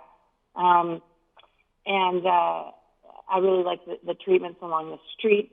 As my questions sort of alluded to, I was just curious if there could be some shade in the play area. It sounds like you're working on that with some street treatments. I also was thinking that it might be a nice idea to have some kind of a barrier. I know there's blue stem and a berm proposed there, but it may not be enough, given that, the play area is right on the sidewalk and right on the street. But it sounds like you're looking at a fence around that whole area anyway. So just those were really my main comments, and especially also if you're considering putting agricultural beds there, you might want to have some fencing around there for animals and also just for people coming by and potentially stealing the food, which I know happens in some of the other gardens, public gardens. But all in all, I think it's a great project, and look forward to seeing it. Thanks. Thanks, Christina. And then I'll finish off at the end there. Just to want to make a small comment about the parking. I do visit this commercial center typically when there isn't a pandemic. I go there almost every morning for my coffee. And I have noticed that parking lot be totally full lately, and that's just with the commercial aspect there, and there is a small residential component on top of that. So adding 20 new stalls, you're going to find it pretty tight already. but I'll just leave that as a comment, because I know how hard it is to find these stalls on a building on a floodplain, but we just have to be careful about that. The other comment I've already made was just to be sensitive to the access between that secondary property and the front door of this new unit, and also the loading bay access. And that's my comment. Does anyone have any last minute comments? Sarah will. I do. I missed two. Sure. My one comment is the parking space number 16. 4 meters is not sufficient for accessory parking. You need 4,600 millimeters, 2,600 for the space, and 2,000 for the access aisle. So you will need to add a bit more space there somehow, or bigger things. And additionally, if you can just make sure that the latch or locking mechanism that will be on the gate going through to the gardens will be accessible. That's it. Thank you. Okay. Wonderful. Okay, now we would move to the recommendation, and I'll read the 4 recommendations out so that we can choose one. Recommendation A is that the advisory design panel supports the project as presented and does not need to see this project returned for further review. B is that the advisory design panel supports the project as presented and would like the applicant to work with staff to resolve a set of following recommendations. C is that the advisory design panel supports the project as presented and would like the applicant to resolve the following recommendations and return to present again. And D is that the advisory design panel does not support the project as presented for the following reason. We have a suggestion, Sarah? B, please. B? Motion B. I would say Generally a consensus on that, and we've... I agree. B. Okay. So who is moving B? Sarah? I can move B. Okay, I David can. with second. Thanks. And then at this point, we will say anyone against would speak up. All in favor then. So that one is B is passed, and our recommendations as noted in our comments. Yeah. Okay. Very good. Thank you Do we very much. need to list those recommendations, John? John? I don't know in this format. I mean, if everyone would like to get into trying to pull up sort of main 10, but I'm feeling that this format and the length of time that we've used so far is probably best just to go with the comments and trust that Brian will work with those. Okay. Is that fair, Brian? I agree, John. That's the staff can summarize all of the comments. Okay. Very good. Thank you very much for that project. It looks great. Thank you. And can we take 5 minutes right now, Jonas? Yeah, I don't see why not. It looks so. Okay, well, I'll keep this introduction very brief in the respective time here. So this next DP application is development permit number 539. It is located at 41665 to 41707 Government Road, or more accurately, the site of the Brackendale General Store. It consists of 2 buildings, one 15-unit and one 13-unit rental apartment building with a commercial unit at grade. This project has received a site-specific exemption from the floodplain bylaw to allow for these commercial units at grade. The site is seeking a variance to height, as it is quite constrained with riparian setbacks. It's pretty unique how they're trying to address this situation, but I won't get into too much detail on that. They're also seeking a parking variance of 5 stalls. And with that, I will pass it over to the architect and start this presentation. Just give me a second here.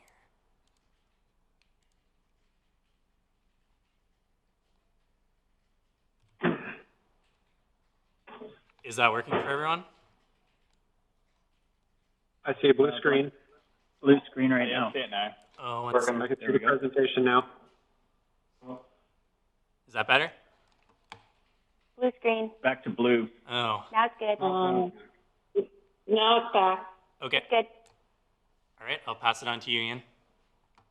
Okay, thank you very much, everybody. I appreciate making time for us, and I'll use the cliche that everybody's heard a lot in these rather unusual circumstances. I, too, am familiar now with far more screen sharing softwares than I thought needed to exist. This one seems to be working better than most. So I will cover a few critical items, and I guess, Brian, I'm relying on you to scroll as I talk. This is a view from the effectively the east of the project on the far side of Government Road from a small cul-de-sac. In it, you can see the existing house and general store on the right-hand side. It includes the original, what was originally a house, but is now a residence with some commercial at grade and a 1970s era low-slung kind of ranch-style addition. And then in behind, there is one of our proposed buildings, and then immediately to the left, more prominently facing the street, there is the second building. Brian, if you could advance that slide for me, please. Okay, so I'd like to direct your attention to the aerial rendering in the bottom right-hand corner. The circled 3 is. The project is on the west side of Government Road, and it's part of what in the community plan is described as a community node. So for those who, I assume that everybody's familiar, but in case there isn't, is somebody that isn't, this particular precinct is something of a commercial center or local walking commercial activity, as it's the only commercial precinct in kind of the nearby area. We're proposing to expand on that by providing, as Brian has said, commercial at grade, as well as residential above. You can see further to the west is a fairly heavily treed area, and then just outside of the rendering there's also Cottonwood Park, so that would be in the kind of lower left corner of that rendering. The project itself has an overall massing of 0.7, which is less than the maximum 0.75, so I'll observe that. Has a site coverage of 20%, and as Brian has said, we are looking for a height exemption of 2 and 2.5 meters for each of the buildings. The rendering on the top is looking from the north of Government Road. You can see prominently the original existing building as well as the 2 buildings in behind. Brian, if you could advance that slide for me, please. 2 more renderings. I guess a couple critical things to observe about the site. The first is that actually, Brian, would you mind skipping to the next slide? And it might be actually 2 more. So this slide with the circles is the kind of diagram of nearby amenities, commercial and otherwise. The circles are 5-minute drives and 10-minute drives, and we've also indicated what a 5-minute walk is in the middle. That's our site in the orange asterisks. So it is fairly isolated, and we, the owner, and we really feel that this represents an opportunity to kind of elaborate and strengthen that sense of there being a real kind of precinct here that might serve as something of a community destination. Brian, one more slide, I think. Okay. Shadow studies we've included. So the buildings generally don't shadow too heavily during what would be the sunnier months. So that's the I guess where are we here? The summer solstice period. So you can see those shadows in the left-hand column, pardon me, at 10 a.m., 12 p.m., and 2 p.m., keeping the site fairly clear of shadow. And Brian, another slide. I'm really just working to get to, the site plan. Here we go. So as Brian has suggested, the site's really constrained by a number of factors. The first is the existing general store building. This is a building that the owners kind of motivated to maintain. However, it does result in pretty few limited options in terms of site access. So we're showing the vehicle access and fire lane to the south of the existing general store building, and then it turns right or page up, heading north to access the rest of the site. And that really kind of describes the kind of main organizational characteristic of the site. It's kind of navigating around that existing building. The other factors are the SPIA setbacks, and those are shown in blue, and there's a subtler red line that's a little bit harder to see that also forms part of the SPIA setback. And so those really push the buildings to the east, and in the case of Building B, to the north. So we're really kind of hamstrung in the bottom left-hand quadrant of the site. And so the existing building and the SPIA setbacks. And then the third primary constraint is the flood control level. So we're, of course, restricted, as I understand the previous project was, in terms of the kind of form of development at grade. And you'll see that expressed in some of the drawings that follow. We're trying our best to, as a result of the flood control, lift everything up off the ground. So you can see the commercial is shown largely in gray in the two new buildings in the darker gray, with parking underneath as we can, and then parking is otherwise organized in an open air configuration, consistent with what we already have on the site elsewhere.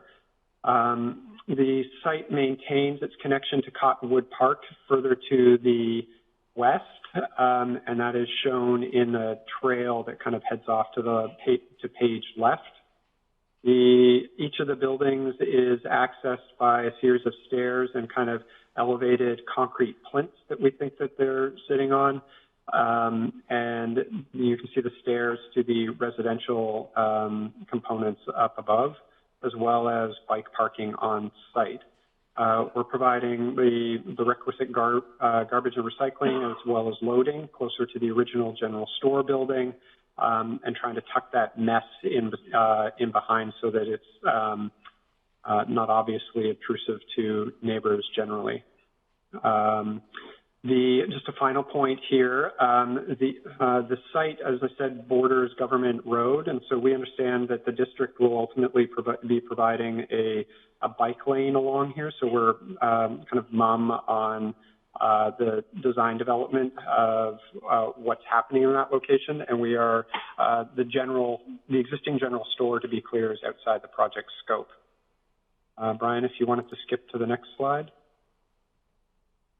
So this is our architectural interpretation of the same constraints, and you can see here both SPIA setbacks being presented. I'm not sure that I have actually anything in addition to add in this case, except to perhaps observe that there's riparian repair work happening in the western half of the property. So that's everything. I'm not sure if this it'd be a lot easier if I could point to the drawing. The property in its totality is a kind of parallelogram, and the left-hand side of that parallelogram we are not occupying. And you can see the shaded buffered area is what we are generally replanting. And in this drawing, I think it shows a little bit better the connection to Cottonwood Park.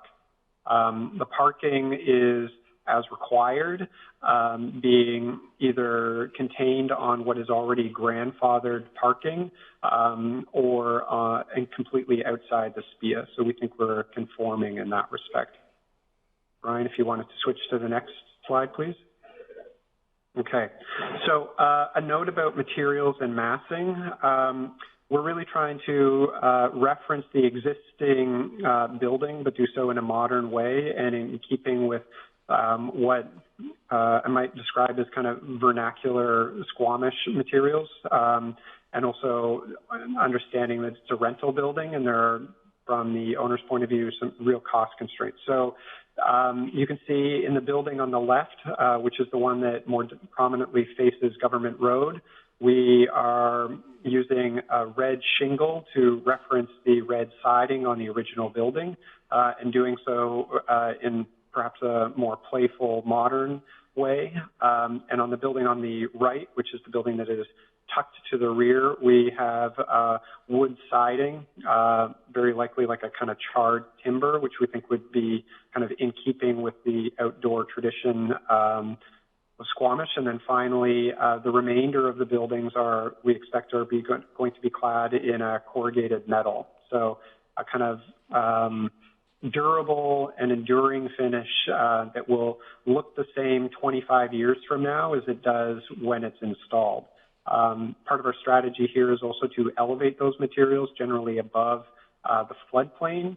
So the lower portions are all exposed concrete. And this is a requirement, a durability requirement as a result of that flood control management strategy. You can see that in each case, the massing is again meant to reference the existing general store or the kind of original house by including a peak, and then dormers, which we think are kind of a typical residential strategy to provide additional height and livability to those upper units. Brian, if you want to skip to the next slide. Okay, so we have floor plans, and won't dwell on them too long, except to observe that the unit mix, as Brian said, is 15 and 13, so 28 units overall. They are typically studios, 1 bedrooms, and 2 bedrooms. They, for the most part, enjoy true cross ventilation, as in they face, most of the units have 2 aspects, either kind of a north and an east or a south and a west. Which we think will aid in the livability concerns for people, for their inhabitants. Each of the units is equipped with a Juliet balcony. So we think that will really improve the kind of indoor-outdoor experience. And see that for them, I think the units are generally fairly generous for a residential context. And I can answer specific questions as required. The lower floors, speaking to the ground floor plan, is, as I said, largely is commercial with residential access.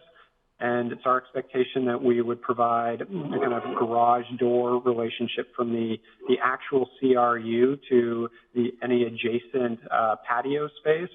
So the idea is that there'd be a really kind of in and out spillover effect that in our minds a kind of local grocer or coffee shop might enjoy. Those areas are accessed via stair, and in the case of accessibility requirements, we have provided an outdoor lift. You can see in this case on the left-hand side the bike storage and the residential access. Brian, if you could skip to the next slide. So these are the elevations for that building.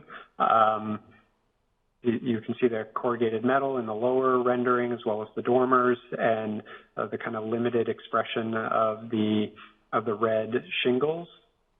Brian, the next slide. The other elevations.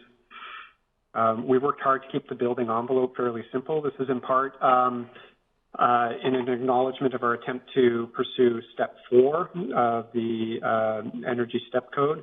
And of course, we are motivated to minimize the number of turns in every building in order to limit those geometric thermal bridges. Brian, if you could skip to the next slide, please. A typical section. And so this really highlights where you can see the FCL requirements. And so the dimension string on the right-hand side, in both cases, shows the FCL as being elevated, but we have positioned the 3rd floor kind of well above that, and we're providing what we think is a practical and generous 1st floor for the CRUs, and also kind of generous residential floor to floors at 3 meters. Brian, if you could skip to the next slide, please. I'll say a little bit less about this building, as much of the logic remains fairly similar, except to observe its proximity, and you can see this most clearly in the ground floor plan, except to observe its proximity to the existing building. So this is an obvious narrowing between the two buildings, and what we're imagining here is that people arriving to the residential area will ascend in general up the stairs up the exterior stairs to the concrete plinth just below the word floor, and enter the building, or proceed down a set of landscape stairs to an outdoor amenity space that is presently lawn, but we think will form a kind of nice outdoor common relief area for residents of the entire precinct, so not just limited to this building, that will remain largely protected. So I think this is, in our mind, kind of a shared backyard, and not a kind of private zone for just this particular building. So we're working on including a wood kind of deck structure that might be available for residents to use when it's slightly soggier outside, which occasionally happens in this part of the world. And during the summer months in particular, the mornings would provide kind of nice relief for the building residents. And again, here you can see the bike storage and as much parking as we've been able to squeeze under these relatively modest buildings. Brian, if you could skip to the next slide. Similar comments about this set of elevations as I did with the last. So we're providing a fairly regimented set of windows, again, owing to our energy objectives here, and you can see the relationship between the existing building and the new. Brian, if you could skip to the next. And again, the expressed dormers aligned with each of the Juliet balconies on the upper floors, I think will provide some real kind of glamour to an otherwise fairly straightforward residential building. I'll observe the kind of French bean cut to the building B. It actually exists in both, so you can see that in the elevation. Both facades are visible. Of course, this cut is obvious in plan and is a direct response in both cases to the SPIA setback. So if we navigate back to the plan in a few minutes, I can point that out again. Brian, if you could skip to the next slide. The section here, what I wanted to observe is the concrete podium, which is the post-shade area at the bottom of each, is in response to the debris field or the debris hazard. So we've built that in order to elevate the buildings that much again. That exists in both cases. And we've been working with the consultant Cascade, who I'm sure you're all familiar with, to help us manage that challenge. Okay. Brian, I think there's one more slide. Yeah. So this is the last slide, and then I'll maybe ask after I finish talking about this one, we can scroll back to the perhaps the site plan would be a nice place to land.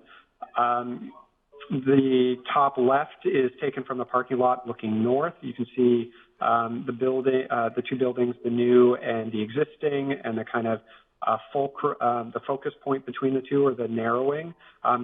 In plan, while it looks rather pinched because of the shed roof nature of the existing building, it's actually not that constraining, I think, when you're inhabiting it. In particular, because you are, as a pedestrian, also elevated on that concrete podium. The second rendering in the top right shows that building a little bit more clearly from the riparian area. And building B again in the bottom left, this is shown from the west, so it's a similar view from the riparian area, and then finally an aerial photograph, rendering from the east looking down on the property as a whole. I think this gives a kind of fairly good sense of the the overall massing of both projects. I think the intent here is to show that what we're really trying to do is break up the building massing so that there isn't a strategy of having a large monolith extending along the length of Government Road, that we preserve the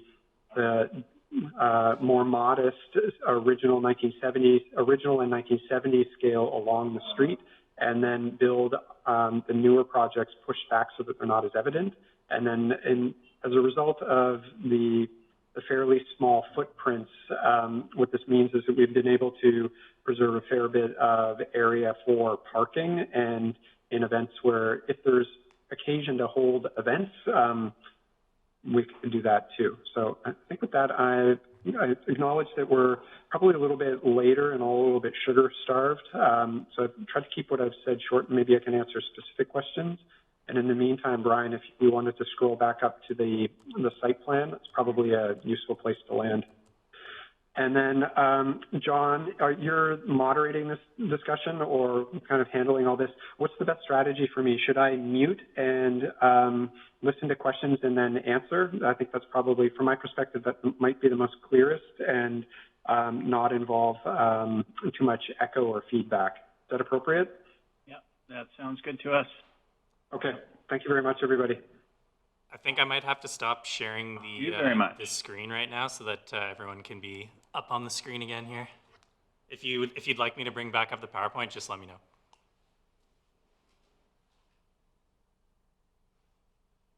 Okay, sounds good. Okay, so we'll get into questions, and I'll reverse the order this time, and we'll start with Christina for questions. If you're ready to go.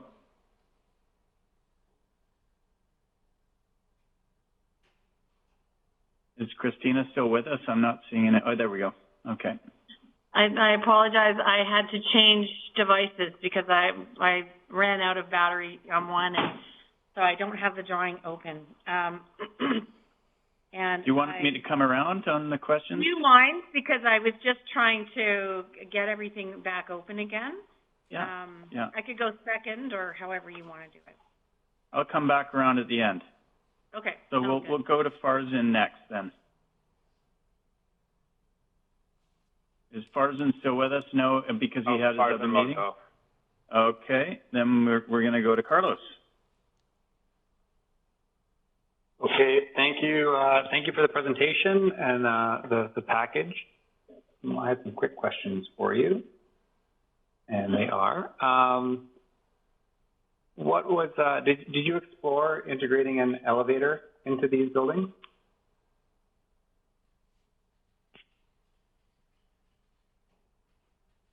I'm just going to unmute myself there, Carlos. Yep, no, I'm here. Did you want to ask all three, Carlos, or one at a time? Sure. I do have three. Did I say three? Wow, okay, great. And can you confirm on the site plan, asphalt and gravel look to be a very similar color? So I was just wondering what the treatment is for the main circulation on the site. It kind of looks like a beautiful, like, sandstone English court on your rendering, but I'm not sure if that's actually what it's going to look like. And then I just, out of curiosity, I had a question about the kind of fish scale shingles and what your approach would be for sourcing that material, and what is it actually made of? Okay, thank you. So I will answer the easiest question first, which is with respect to the site plan, and I assume you're referring to the landscape site plan, and I happen to have mine still open here. Basically, the obligation is to not develop within the SPIA area. So that's the arrangement we've made with planning. But in areas where there is grandfathered or existing parking, we're allowed to continue parking there. So the darker patterned area is gravel. I don't know that we've specified, if landscape has specified whether or not that is e-gravel or hard pack, but I'm going to guess it's road crush of some sort. It's similar to what's already there. And so you can see in the landscape rendering, the darker area is on the I'm not sure if the mirroring part of this will work, but everything below the blue is basically road crush, and then the smoother, lighter gray is I think asphalt. So that's there's a legend in the bottom left-hand corner of the landscape plan. So asphalt or concrete and gravel. No, I just realized my secondary monitor it looks the exact same color, but if I put it over to my laptop, that is much clearer. Okay, you should get the district to buy you a new monitor. Couldn't agree more. A working at home stipend. Sorry. Okay, third question, fish scales. So if you scroll to our material page palette, which is page 8, there's an image of a building with those fish scales. This is actually a local project not far from our office, and I don't think we're wedded to that particular teardrop shape necessarily. I think what we're more interested in is the kind of dappled look of it. So I could imagine this being the teardrops, which I quite like, or a rectangular shingle. I think at this point we're more motivated to capture in a playful way a similar kind of reference in a playful way the palette of the existing building. Is that a fair answer? Yep. Okay. Elevator. Did we look in an elevator? Yes. The short answer is, given the site constraints, both the SPIA and the existing building and the kind of trade-off with parking, it proved difficult to include an elevator in the project. And so the compromise was, at a minimum, providing the minimum code requirement, which is to provide access to the front door in the commercial space. Okay, thank you. Okay, thanks, Carlos. We will go to Brent next. Right on. Thanks, Ian. Just a couple of questions as well, and I'll ask them, and then you can answer similar to what we did with Carlos. So similar question about access, and if you explored using a ramp as well as the lift, looking at ways to provide other accessible options. And then I had a question about the access to Cottonwood Park, and if any other sort of connections or routes that weren't behind all of the parking were explored, showing, sort of what that connection potentially looks like.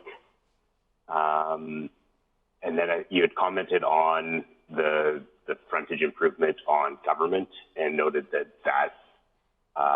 is sort of to be determined with what the district ends up doing. Just wondering, if you have any other comments on that, and what sort of, how with this being sort of a community hub that likely, or it already sees quite a bit of traffic and can be pretty congested and challenging, what can be done to accommodate pedestrians potentially moving between the different commercial buildings as well. And that's it. Okay, thank you. I'm going to write down your third question, so just give me a second.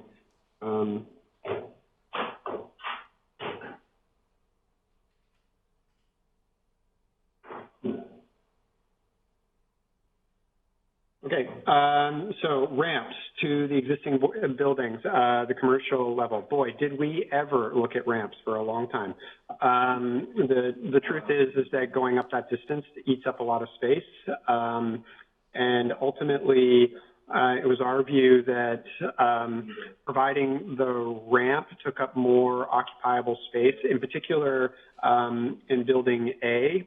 So if you look at the front street side face of that, the exterior patio, instead of an exterior patio, there was a ramp. And it didn't seem like the most effective use of space in that location. The patio affords places to gather, and it seemed to suggest to us at least a more active kind of street engagement. And so that was the kind of priority choice that we made. With respect to park access, I guess again here we're really constrained by the site conditions. we were motivated to keep pedestrians out of the SPIA. So if you look at Building A, a natural choice might be to have a path go along the south side of Building A and skirt around the back, but there were kind of overlook and security concerns, SEPTED issues, as well as that being within a kind of vestigial riparian area, and then sneaking it all back up into the existing trail was a bit problematic. So we did look at it. And in the end, while it's not our preferred result, it seems like the least of all evils, having people navigate through the site, much as they currently do, actually. And then finally, connections between the buildings. In our mind, this is a little bit like Randall Island, where it's just kind of open, and we're inclined to think of this as sort of pedestrian heavy with parking. And does that answer your question with respect to those? And I think the last kind of component of your third question was government road. And boy, if I were a smarter architect, I wouldn't have drawn your attention to that. But I think the idea here is that Building B, or the general store, is part of a future project, and we'd like to take the opportunity to respond to what the district is planning to do there. I mean, our office basically bikes to work almost everybody, so I think we're motivated to, on a kind of personal and professional level, help the district understand what might be a suitable result there, and I think the owner's on board for that. For that exploration as well. But there's a fair bit of complication going on that street edge, including a future bike lane, existing parallel parking that's on the road, as well as a pedestrian crossing that you can see kind of towards the south, a ditch that's part of a riparian area, as well as a bus stop. So it's not, I think it would be forward for this project to kind of take the lead on what design needs to happen on that street. I think we're motivated to play with the district, but I don't know that we're the conductor in that design strategy. Okay. I'm going to remute myself. Okay. Okay, Brent. We will move then to Jackie.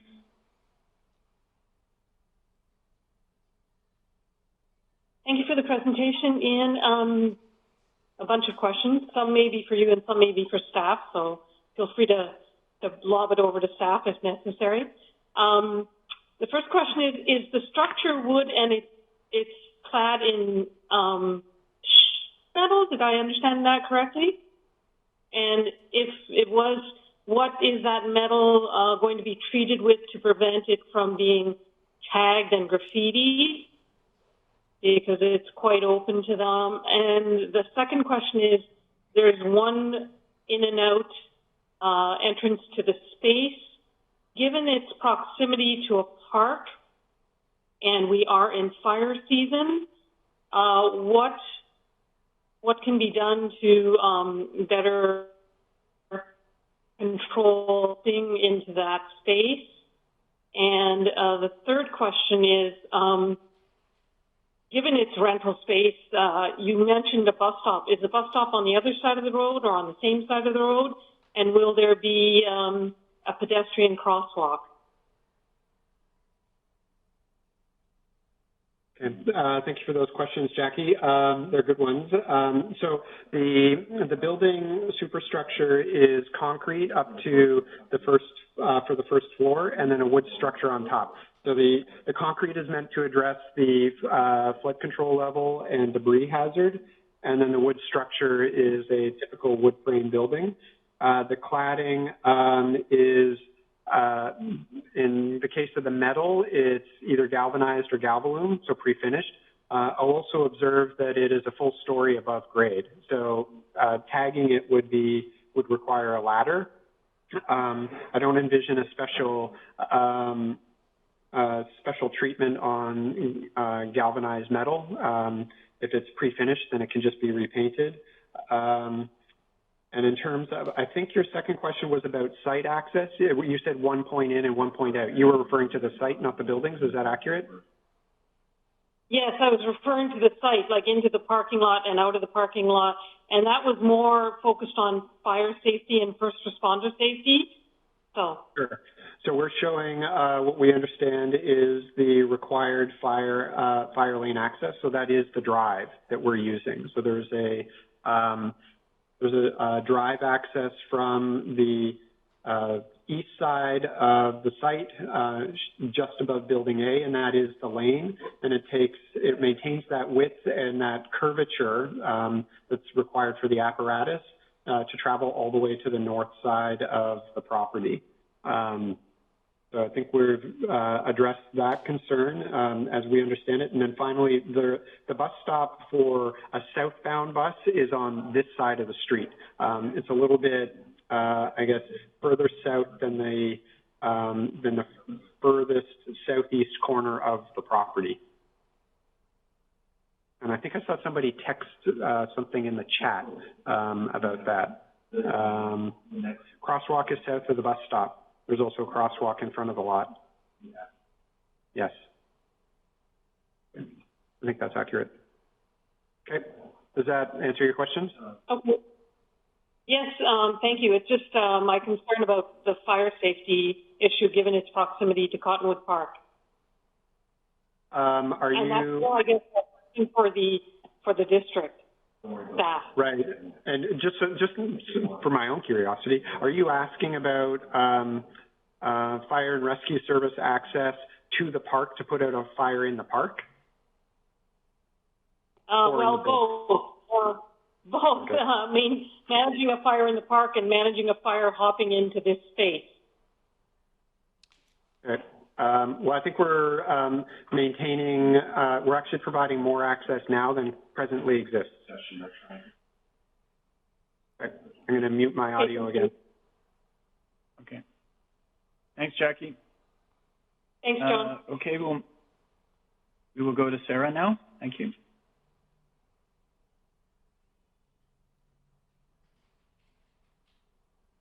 Sarah? Hi, sorry. Little technical issue with my hands. Okay, so the first question is, can you just explain the lifts? I'm looking at the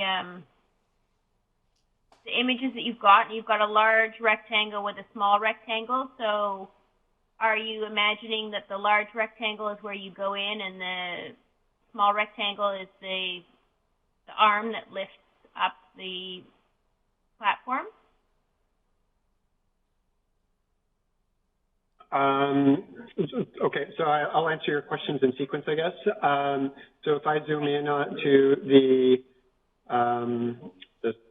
site plan that we showed us, no, it's the next one. I'll type while I scroll there to catch up. So I am looking at Building A, the large rectangle with the X through it, and then the small rectangle with the X through it. This is what you're referring to, just to be perfectly clear? Okay. The small rectangle is the lift itself, so that's the area of the platform that moves up and down. The larger rectangle is the loading area, where you enter in, and that's basically where you can kind of turn around, turn your wheelchair back up, and do everything else. How large is that platform? It's based on a product that we were able to source. I think it's about 4 feet by 5 feet or 6 feet. I'd have to check. Okay. Can you tell me how wide your accessible parking stalls are? Okay. Oh, good question. Well, they're intended to be based on the bylaw requirements. So if I don't have them off the top of my head, but the idea is that that's how wide they are.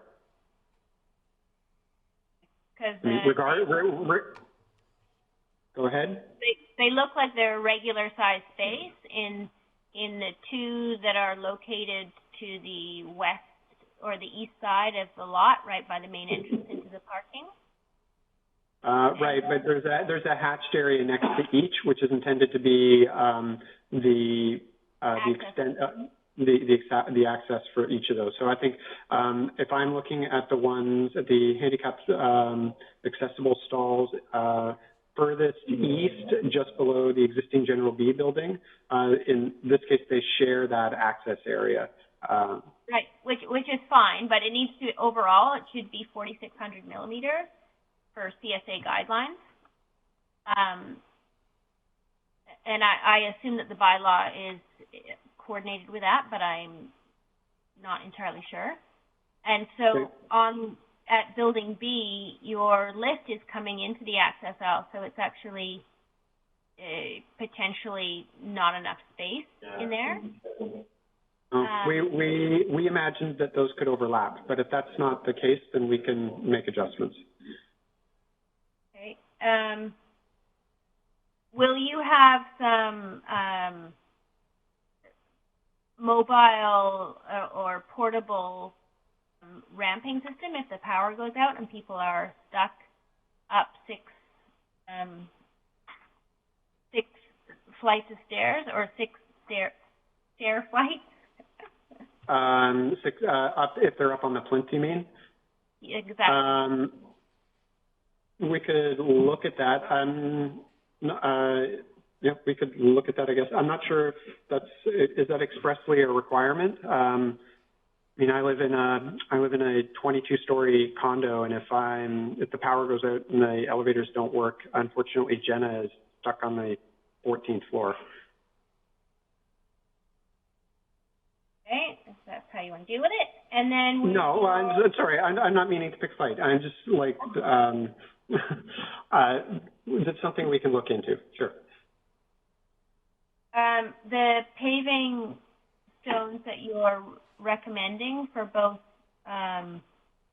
where the dining area is, the outdoor dining area, as well as at the end of where the Crabapple Cafe, can you just speak to how large those or what the size is going to be, those flagstones, and is it going to be a smooth surface or are they going to be kind of undulating? I think the intent, well, it's a patio, so I think the intent is that they're fairly smooth. I think the graphic is somewhat undone by its conversion from PDF to JPEG. Okay. And can you tell me where this stucco is supposed to be located on the building? In the material palette, there shows a red stucco. All right, I'm just rolling there and I'll chase that down. Oh.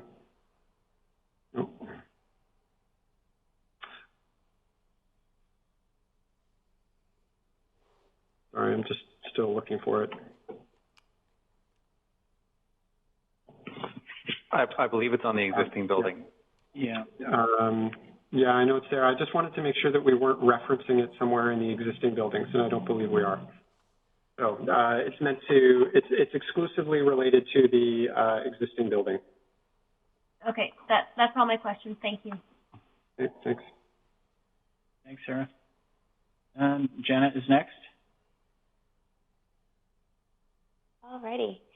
A lot of great questions have already been asked. I'll focus on one being rainwater management. So certainly a lot of surface parking and road works required for the project, and particularly being in the floodplain and all the water that we're going to see on the site. I was just hoping you could speak a bit to how the team was looking to work with the rainwater on site, if there was going to be any sort of rain garden opportunities within the site to mitigate that, if it was going directly to storms, if it was going into the riparian zone, etc.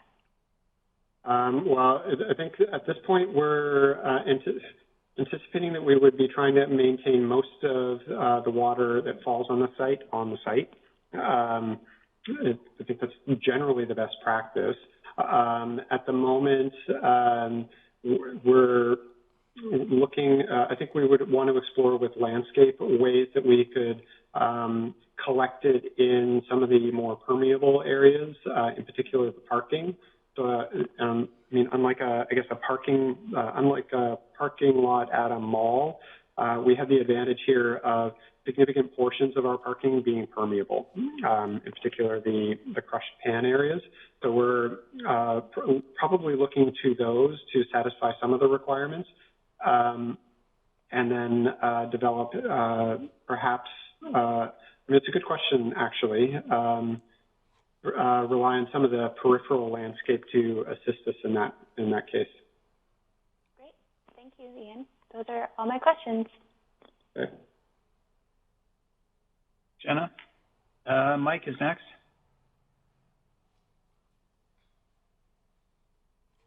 Brian, did you want to say something before I go? Oh, I just wanted to jump in and add that they, in the riparian area assessment report, that there's an intention to install an oil water separator in, I believe, 2 locations, one in the existing gravel car park, and then one kind of closer to the frontage, and that's intended to help kind of filter out any negative, any contaminants that may make their way into the riparian area at the rear or at the front ditch.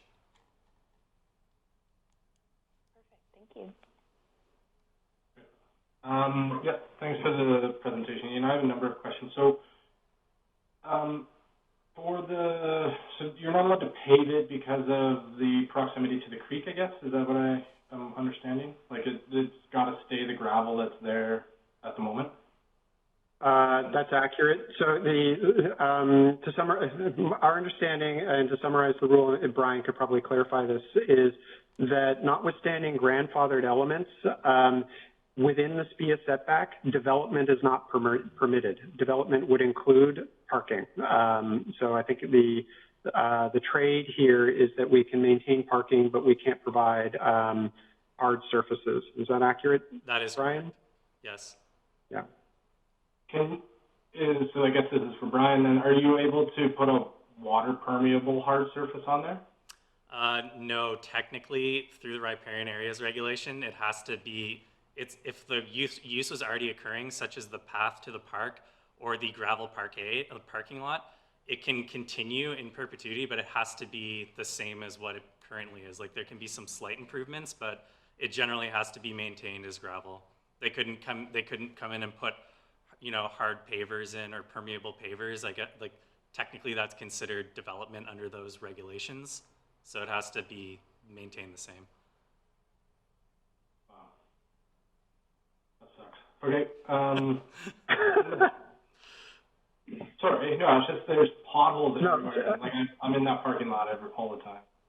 Well, to be clear, the intent is to remediate it. It's not to leave it in its existing gravel. It would be repaired and maintained. I beg your pardon? Yeah, like crushed road base or something that compacts a little bit better. Yeah. That would be allowed. The bike storage, can it be seen into? It looks like it's like extruded or expanded metal mesh. I've seen it in the past where it's installed so that you can't actually see through it, but you can see one way or the other. Is that the idea?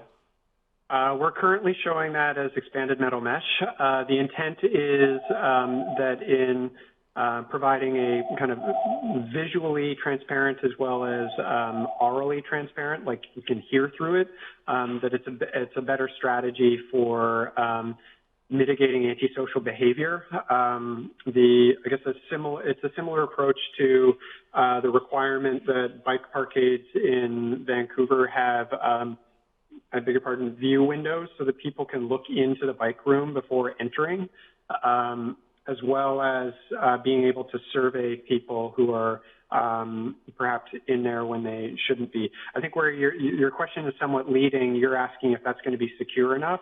I think the intent is to provide an extra layer of security. People would be expected to have locks and lock their bikes up in there, and if you have a bike that you care deeply about or an expensive mountain bike, the expectation is that you would be allowed to take it up to to your room, which I think is probably what anybody with a $5,000 full suspension mountain bike would do. Even if it were enclosed, I would not leave my bike there. I would leave that for my commuter bike. Mailboxes. Sorry, are mailboxes on site? I know that there's a post office there. Is that where the mailboxes are, or will it be? That's correct. There is a post office on site, and that's where the mailboxes will be. When you're figuring out the parking for this, and this is, I guess, a question for Brian, I'm not super familiar with how this works. So you got Crabapple Cafe, BrackGen, and then the post office, the rental units that are already there, and then 2 buildings that are now going in. The parking calculation, is it taking into account all of the units that are already existing? Yes, that's correct. It's oh, sorry, you can go ahead, Ian. Well, I was going to say, yes, that's accurate, and we're asking for a variance of 5. We are showing, I can't remember off the top of my head, I think it's 49, and I think we're, if we were to do the math without the variance, we would have to show 54. Okay, the next question I have is the reason for the concrete columns for it sitting on there, is that due to a limitation of allowable commercial space, or is that so that you can allow for extra parking? Both, actually. So you're asking why the commercial space is smaller than the entire building, or why the enclosed area is only as big as we show? Kind of, yeah. And why the building is sitting on top of concrete columns, I guess, yeah. Okay, yeah. So the CRUs and the stair are the size they are. The building envelope on the lower floors are that size because that's the maximum allowable that we can add on within the floodplain. And then the providing parking underneath or bike parking seems like the natural program choice underneath there. And then my next question was about Energy Step Code Level 4. I heard you mention something about it. Is that, I didn't notice when I was going through the presentation any reference to that. Is that something that you guys are waiting to go for, hoping to go for, thinking about? It's the intent. That's all of my questions. Thank you very much. Good. Thanks, Mike. Before we go to David, Sarah has one more question, so I'll just bounce back to Sarah for a second.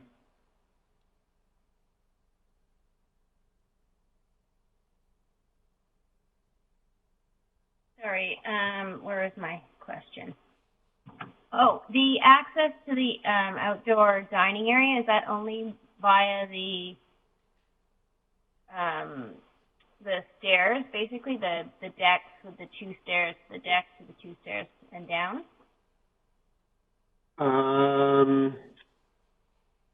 Yes, although I suppose we could provide access from the street side, but that doesn't seem appropriate.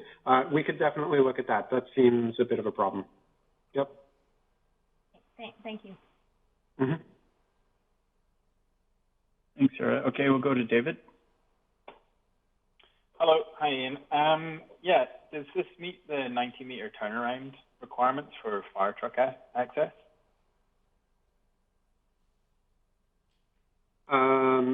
Sorry, somebody was waving at me in the background. Could you repeat that question? No worries. The access into the site, is that suitable for, is that the 90-meter turnaround for fire access? I believe so. I don't know off the top of my head, but I think that's the intent. Yep. Okay. Where are the loading bays for these? There is one loading bay in the crook of the general store building. So that long space in the L shape. I think you're probably looking at the landscape plan, which might not have the words on it, but if you look at the architectural, there's garbage and recycling, and immediately below that there's the word loading. Yeah. Okay. And you've done turning calculations to, show trucks getting in there and such? No, we have not, but I think the truck strategy here is the strategy here is that we have provided a suitable aisle width, consistent with the parking bylaw. So I think in that respect, we comply. Okay. Have you had any considerations about the refraction of light on the Galvalume, considering a lot of it is south-facing and quite large surfaces? Well, I think the Galvalume on a number of the exposed sides actually faces or is bounded by trees. So if I look at, for instance, building A, the south building, everything to the south is shaded by trees for the most part.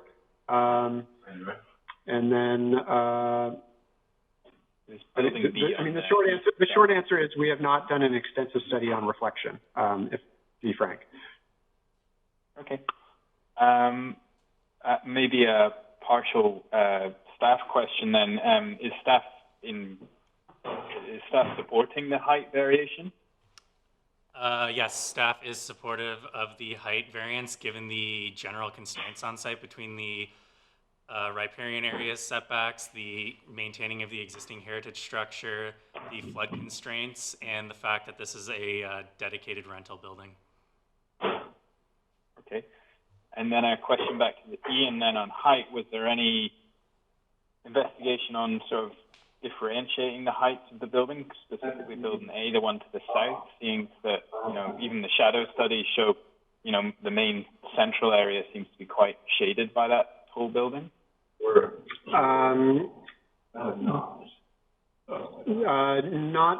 didn't look at that the way you mean. Our primary motivation for each of the buildings was, of course, to balance the needs, balance the various site constraints, but also provide suitable living accommodations. So the 3-meter floor to floor in our residential context is generous, and we have the view that it's not just people in condos that should have like high ceilings.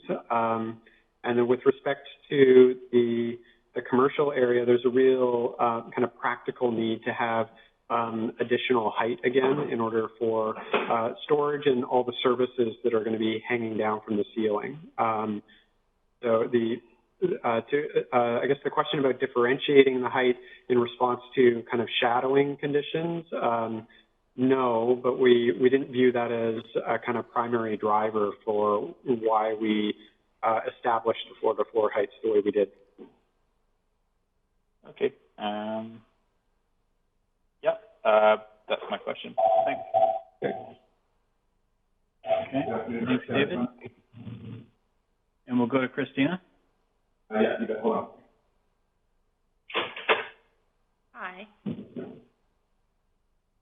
Can you guys hear me? Yes, we can. Yeah. Okay. Most of my questions were answered. I'm just going to pull up the plan again. Just a couple of things. I'm just curious on it's on Government Road. There are 3 entrances into Building B, correct? That's accurate. Okay, and then there's that entry sidewalk, and it looks like there's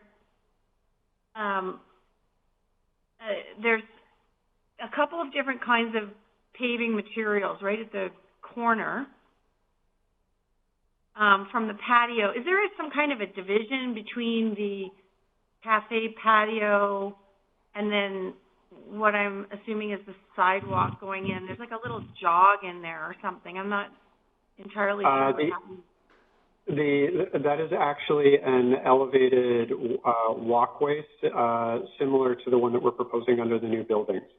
So it is separated, and it's the intent is to leave it in situ and not address it. Each of the access arrows indicates discrete CRU. So one is the post office, one is the Crabapple Cafe, and then the other one is the general store. Okay, so that's actually at a different grade then, this patio. Yeah, and it's while Government Road is ostensibly flat, it is in fact obviously not. So it does slope, and that plinth that the general store sits on is not it tapers as it goes. Okay.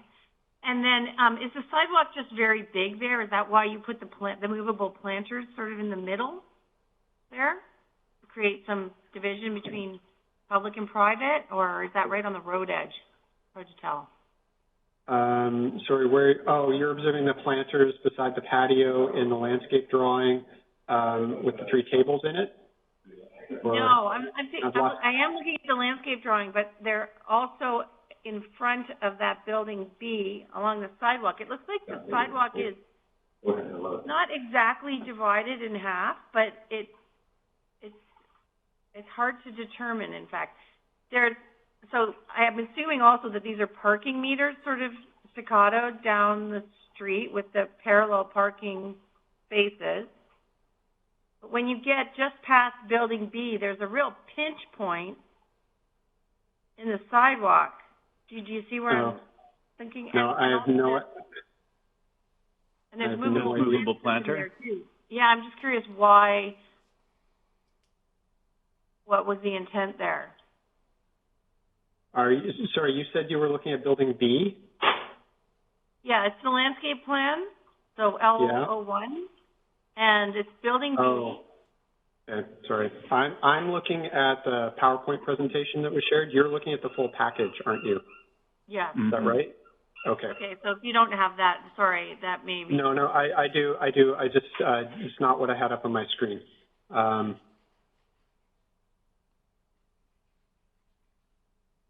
And I'm just curious what's actually going on there, because it looks like the sidewalk is really pinched. Like there's very little space between what I'm thinking is a parking meter and either a sidewalk or just a change in material, or maybe it's not correctly represented, and then what the use of the movable planters. And there are benches, that's right, there are benches in there too.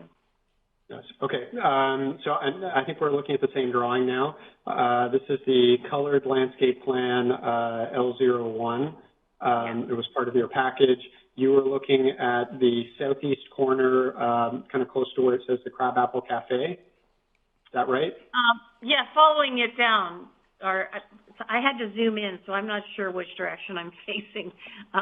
Sure. But hang on a sec. I can't find the north arrow. I'm sorry. The planters in the benches along the sidewalk? And are those in the sidewalk? Is that what I'm seeing? Yes, because that plinth is elevated a little bit. So we think that's on the downside of the plinth, sitting on the sidewalk. Okay, so when somebody's actually walking down the sidewalk, they are walking in between those dots, which I think are parking meters. Correct. And the plant.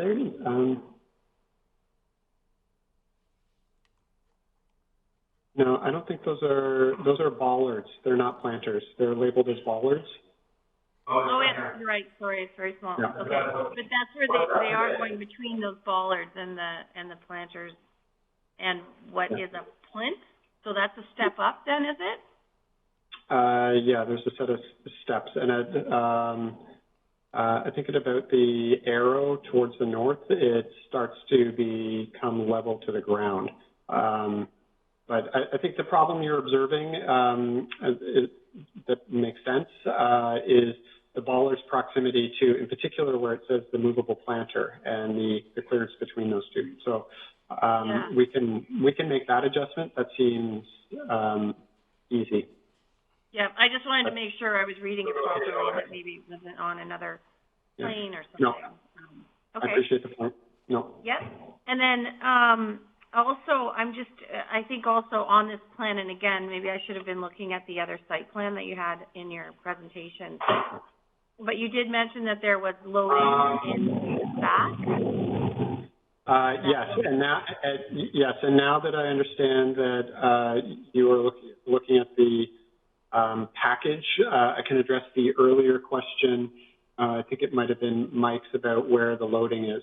The loading is there are 2 long stalls in the crook of building B, and it is, the loading is the second of those long stalls, and the garbage and recycling area is the first, or the upper of those long stalls.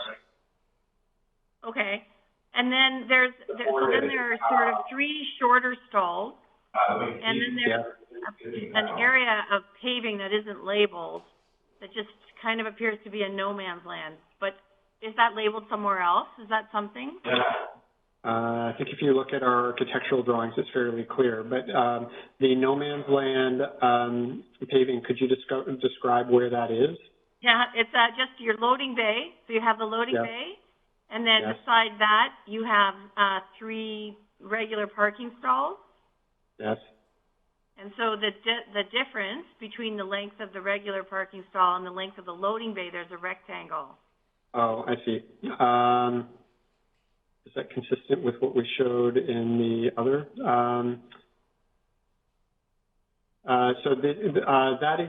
That loading area is also elevated. So I think in this case, we think that is also an elevated concrete piece. Okay. All right. I think that's it for me. That's good. Thank you. Yep. Thank you. Those are good questions. Okay. Thanks very much, Christina. I'm just a little curious about the common space there in between the Building B addition and the existing building. And that's all inset on ground level in there. I do see some planting and whatnot. Please continue. Sorry. And then you've got the deck there, and so you've got an up and down sort of, you get onto that decking, and then you drop back down into what would be ground level behind the existing building? That's correct. And so this area will undoubtedly be shaded for most of the day. So I guess, has there been some thought about it being down low like that? Perhaps it might be better to have that whole area as decked, raised area or something like that. Just curiosity. I think it's a good question. It will be more shaded than certainly if it were on the south side, to state the obvious. So I can certainly see that point. We think we're addressing some of that by providing paving in that case, so that at a minimum the area is dry. I could see wanting to elevate it in order to, or a more significant portion of it, to help address Sarah's observation about access to it. So it's something that we could look at in design after this. Yeah, just a thought, because it tends to be damp and dark around here, and things do tend to get moldy, and when they're in little sort of depressed areas like that. And so anyway, it's more of just a creative thought for you. That's a good one. Yep. The other question I had, and this may help you a little bit with your height variance, is the trees that are in the riparian area behind. What is the height of those trees in comparison to your two new buildings? Oh, I haven't. Would you say they're much taller? Yes. But I mean, I wouldn't say they're orders of magnitude taller, certainly. They might be 20% taller. Yeah. So visually, you're going to see the buildings be nestled in with the same height of the trees, or the trees might be a little bit taller. So it's scale-wise, it actually won't change much for anyone looking from the street, is my guess on that. Okay, I think I'm going to leave it for questions because everyone else has covered me off there, but we'll go around for, is there any last minute questions from anyone on the panel? No? Okay, then we will go to comments. Okay, I'm going to I'm just going to mute my mic. Okay. Just so that nobody thinks I'm ignoring them or something. Okay. And then we'll start with Carlos for comments. Okay, thank you so much. Ian, thanks for that presentation and this package. When I first saw it on the development showcase, I was actually quite excited about it because it's, I think, represents kind of the direction I would like to see architecture go in Squamish. You know, I think you have a very constrained site with some existing uses, and the fact that you try to add commercial on the ground floor of both of these buildings, I think is also going to be a challenge, just from a project perspective. So I think it's great that you've added it, because I think it adds to that commercial hub for the community of Brackendale. And I know there might be some objection to the height associated with this building, but I think long term, people are really going to appreciate what gets built here. So that said, I do support the height increase variance that's requested. I really strongly support the material palette and really like the all the materials chosen for the building. And wish you the best of luck on the project. Thanks, Carlos. We'll go to Brent now.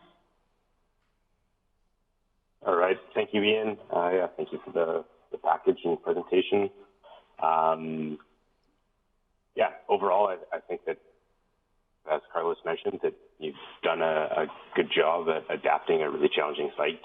I would echo that I support the height variance. I think that, yeah, the added height with the character of the forest surrounding kind of from the renderings looks as though it works for me.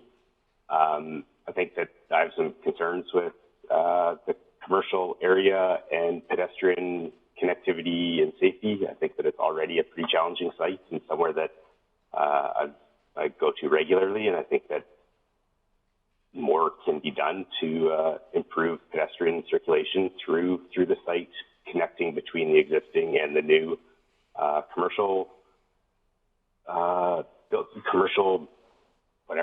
businesses. And I think overall that's it for me. Okay, thanks, Brent. Next up is Jackie.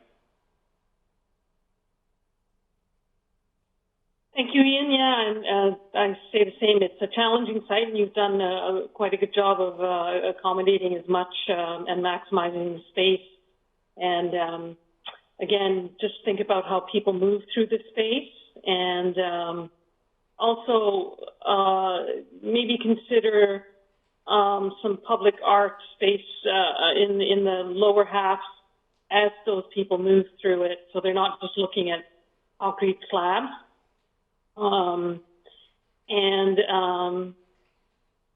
Other than that, just maybe check the fire turnaround. But other than that, it's a great project, and thank you for taking it on. Becky. And Sarah is next.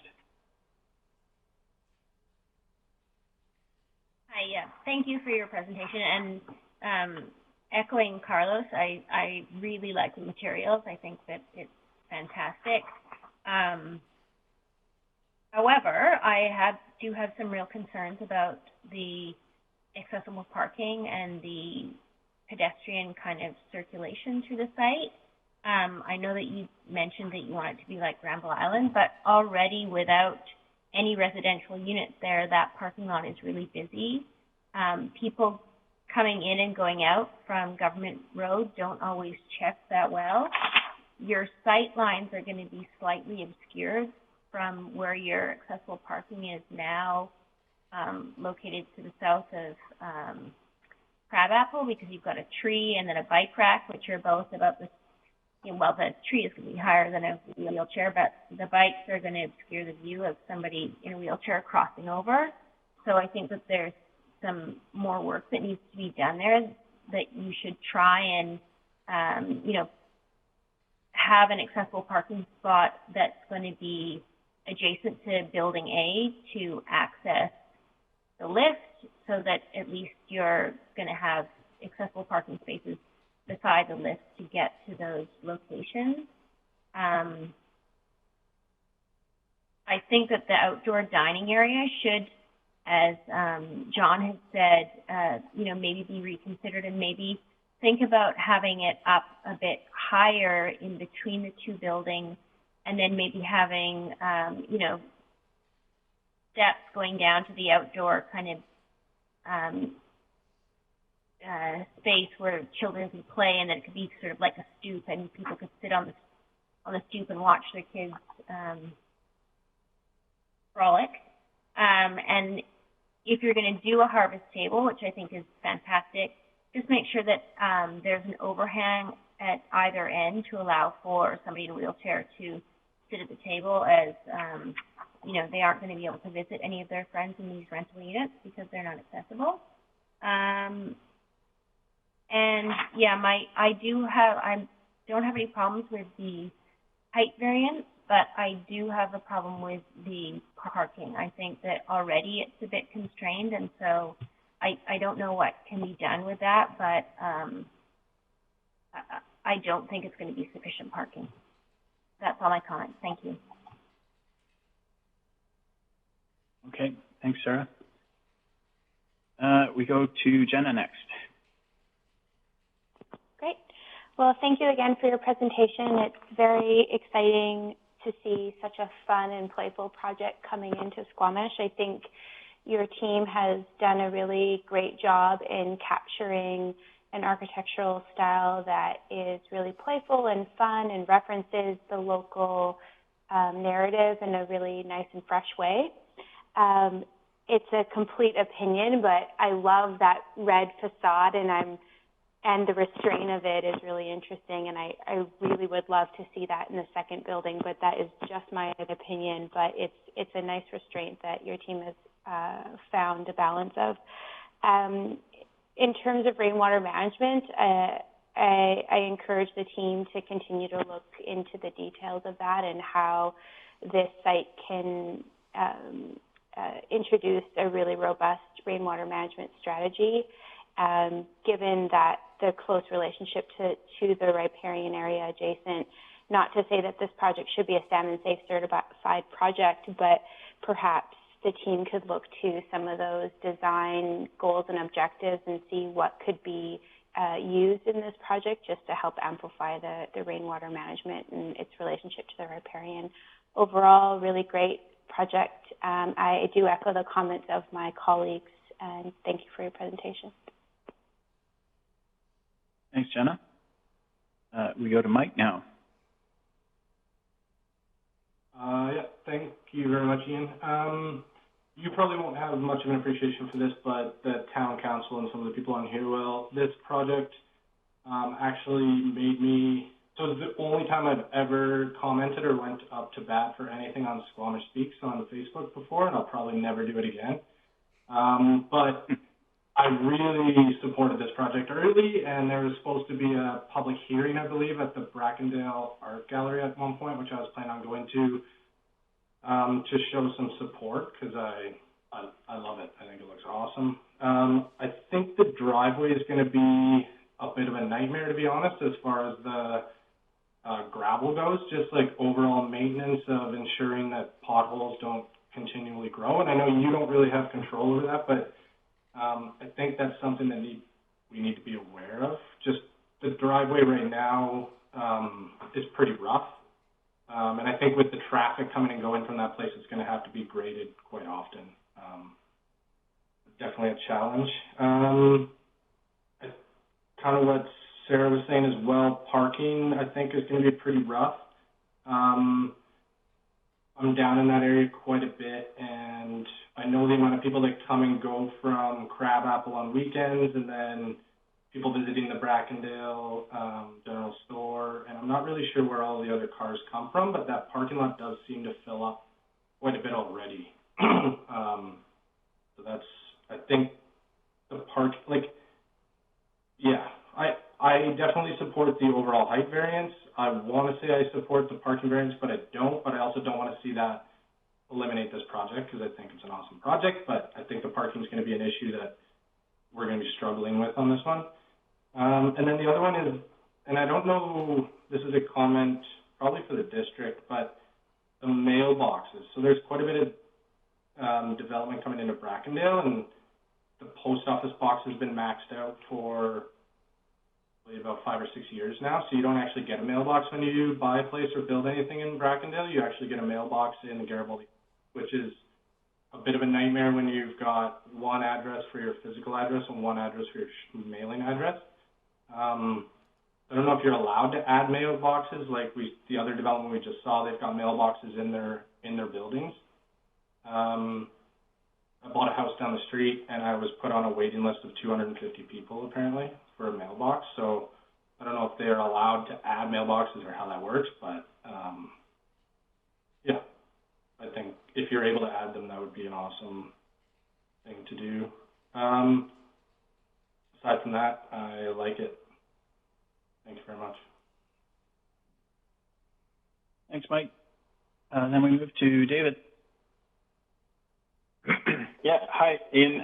Yeah, I think it's an incredible project. It's innovative, creative, and obviously responds to the site. It uses materials that actually do reference Squamish and the adjacent building. So for our other panel members, that's like not what we're used to, where people show Hardy and then say it's a local product. And then it's also one of the first applications that we've seen listed that lists some tactics for meeting the step code as well, which is something that has been a bit of a bugbear for me, where people just say that they're meeting step code. So I really appreciate that. My two small concerns are just maneuverability of the parking and the trucks, and some of what the other members here have said about just, you know, the movement of pedestrians and cyclists, especially given that you're just increasing the density so much. And then the second thing is the height, which kind of relates back to that density. And I'm not, you know, not stupid. I know that my guess is that it's just maximizing the height to get the units in to make it sort of commercially viable. But being so skinny and then asking for that height variance, not only, it just, you know, there's such a great job of the material speaking to the existing building that I just think that the height difference removes that quality. When I look at A1.3, it shows, you know, the really low-level existing building, and then there's the tall building nestled in the back, and then there's this almost 4.5, almost 5-story building very close to Government Road that's going to be quite a large face and skinny. So I think those things are just kind of amplifying. I mean, in an ideal world, if money wasn't an issue, I would have loved to have seen a 3-story building A, which provided less overshadowing into the center, reduced a bit of the density, and then kind of spoke a little bit more to the 2-story existing building, and then, you know, amplify the building at the back for sure. But I know that, you know, we don't all live in that sort of reality. So, but other than that, I think it's just a really, really incredible, like same what Jenna was saying. I think the main thing I would pick up from her was playful, and I really like that. And same with Carlos, you know, this is where I would like to see almost all buildings kind of going. So, yeah.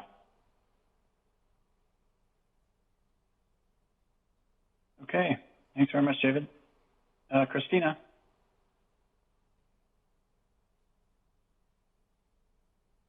I echo everything that everyone else has said. I agree. I think it's a really fun project, and I love to see the integration of the old and the new, and just bringing new life to that area.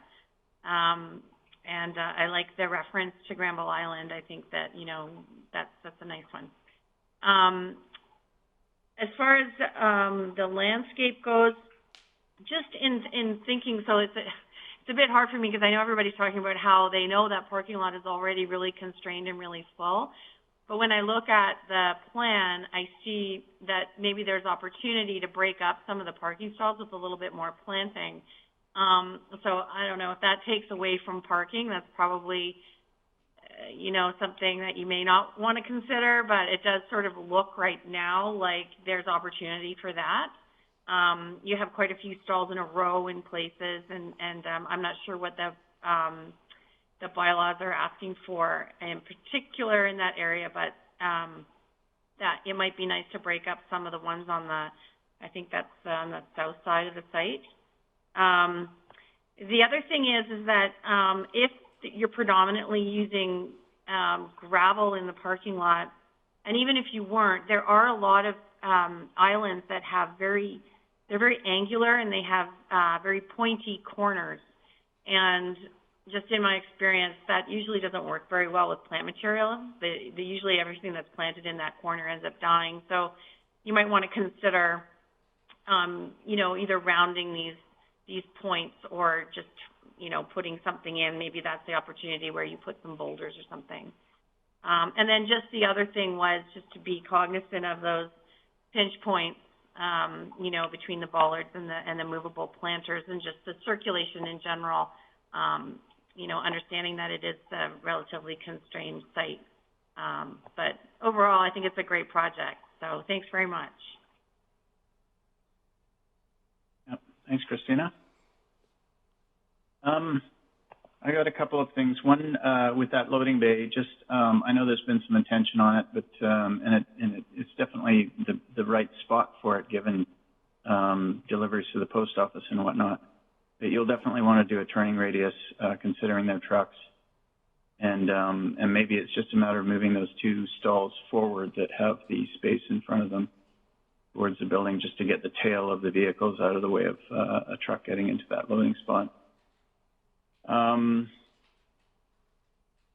There is probably an overall issue with parking, so I totally agree with Mike on that, and others who have mentioned it.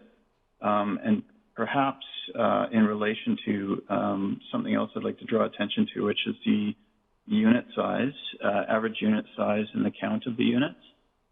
So I see 11 studio units that are roughly 400 square feet, anywhere from 420 to 450 or something like that,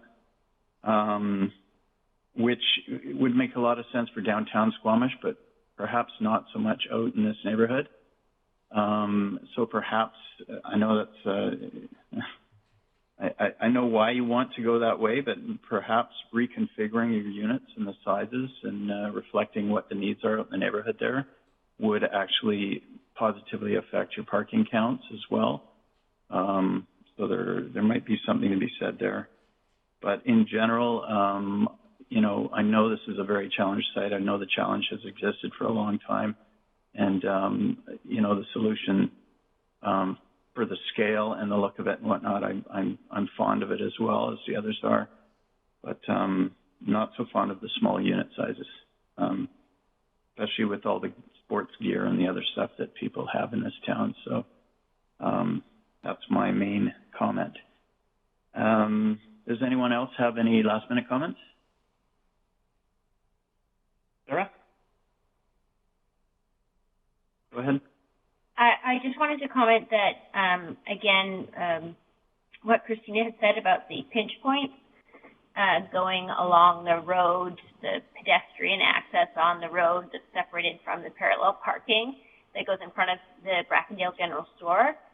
In order to get to the post office in a wheelchair, you have to go up to that north side, and then there's a bike rack, which actually needs to be moved, and they won't move it for me. But if you're making changes, then that bike rack that's at the bottom of the ramp should be moved so that there's a clear access up the ramp so you can actually access the general store and the post office. So that really needs to have some consideration. And if there is some revamping of that building in the future, the ramp is not to code and should be made to code. Thanks. Okay, thank you. Anyone else?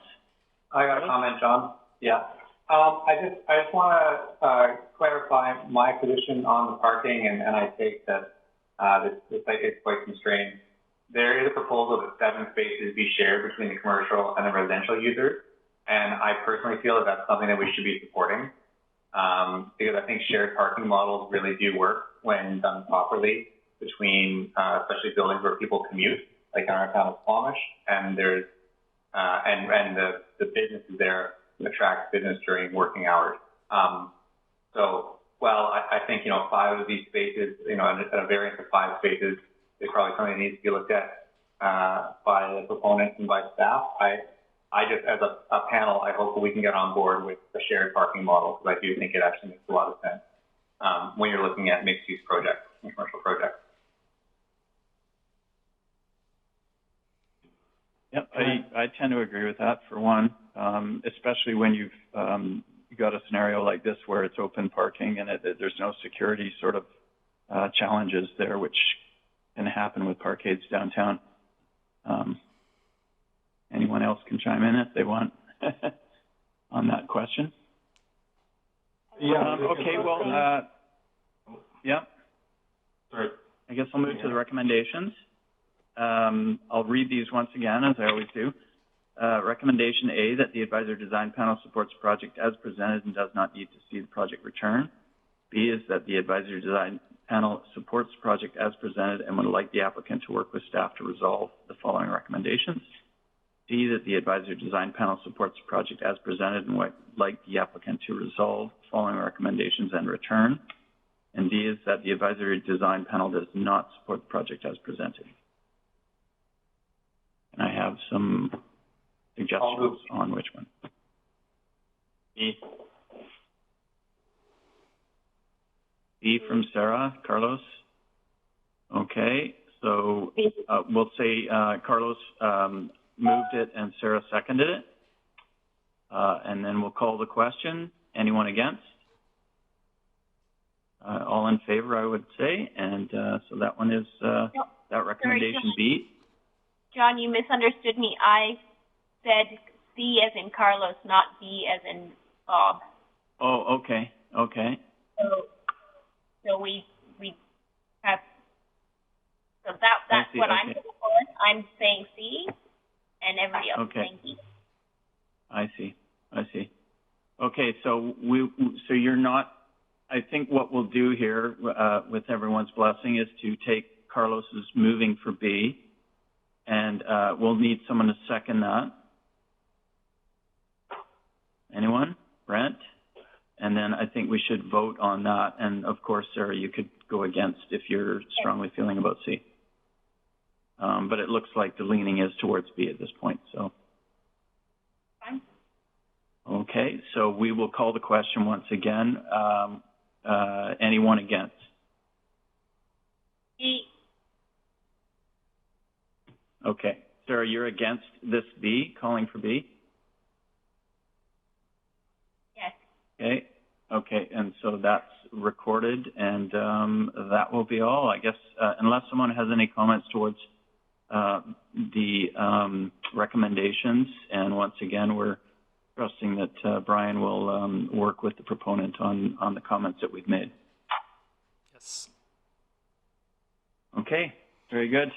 Thanks very much, Ian. If you have any last comments to us.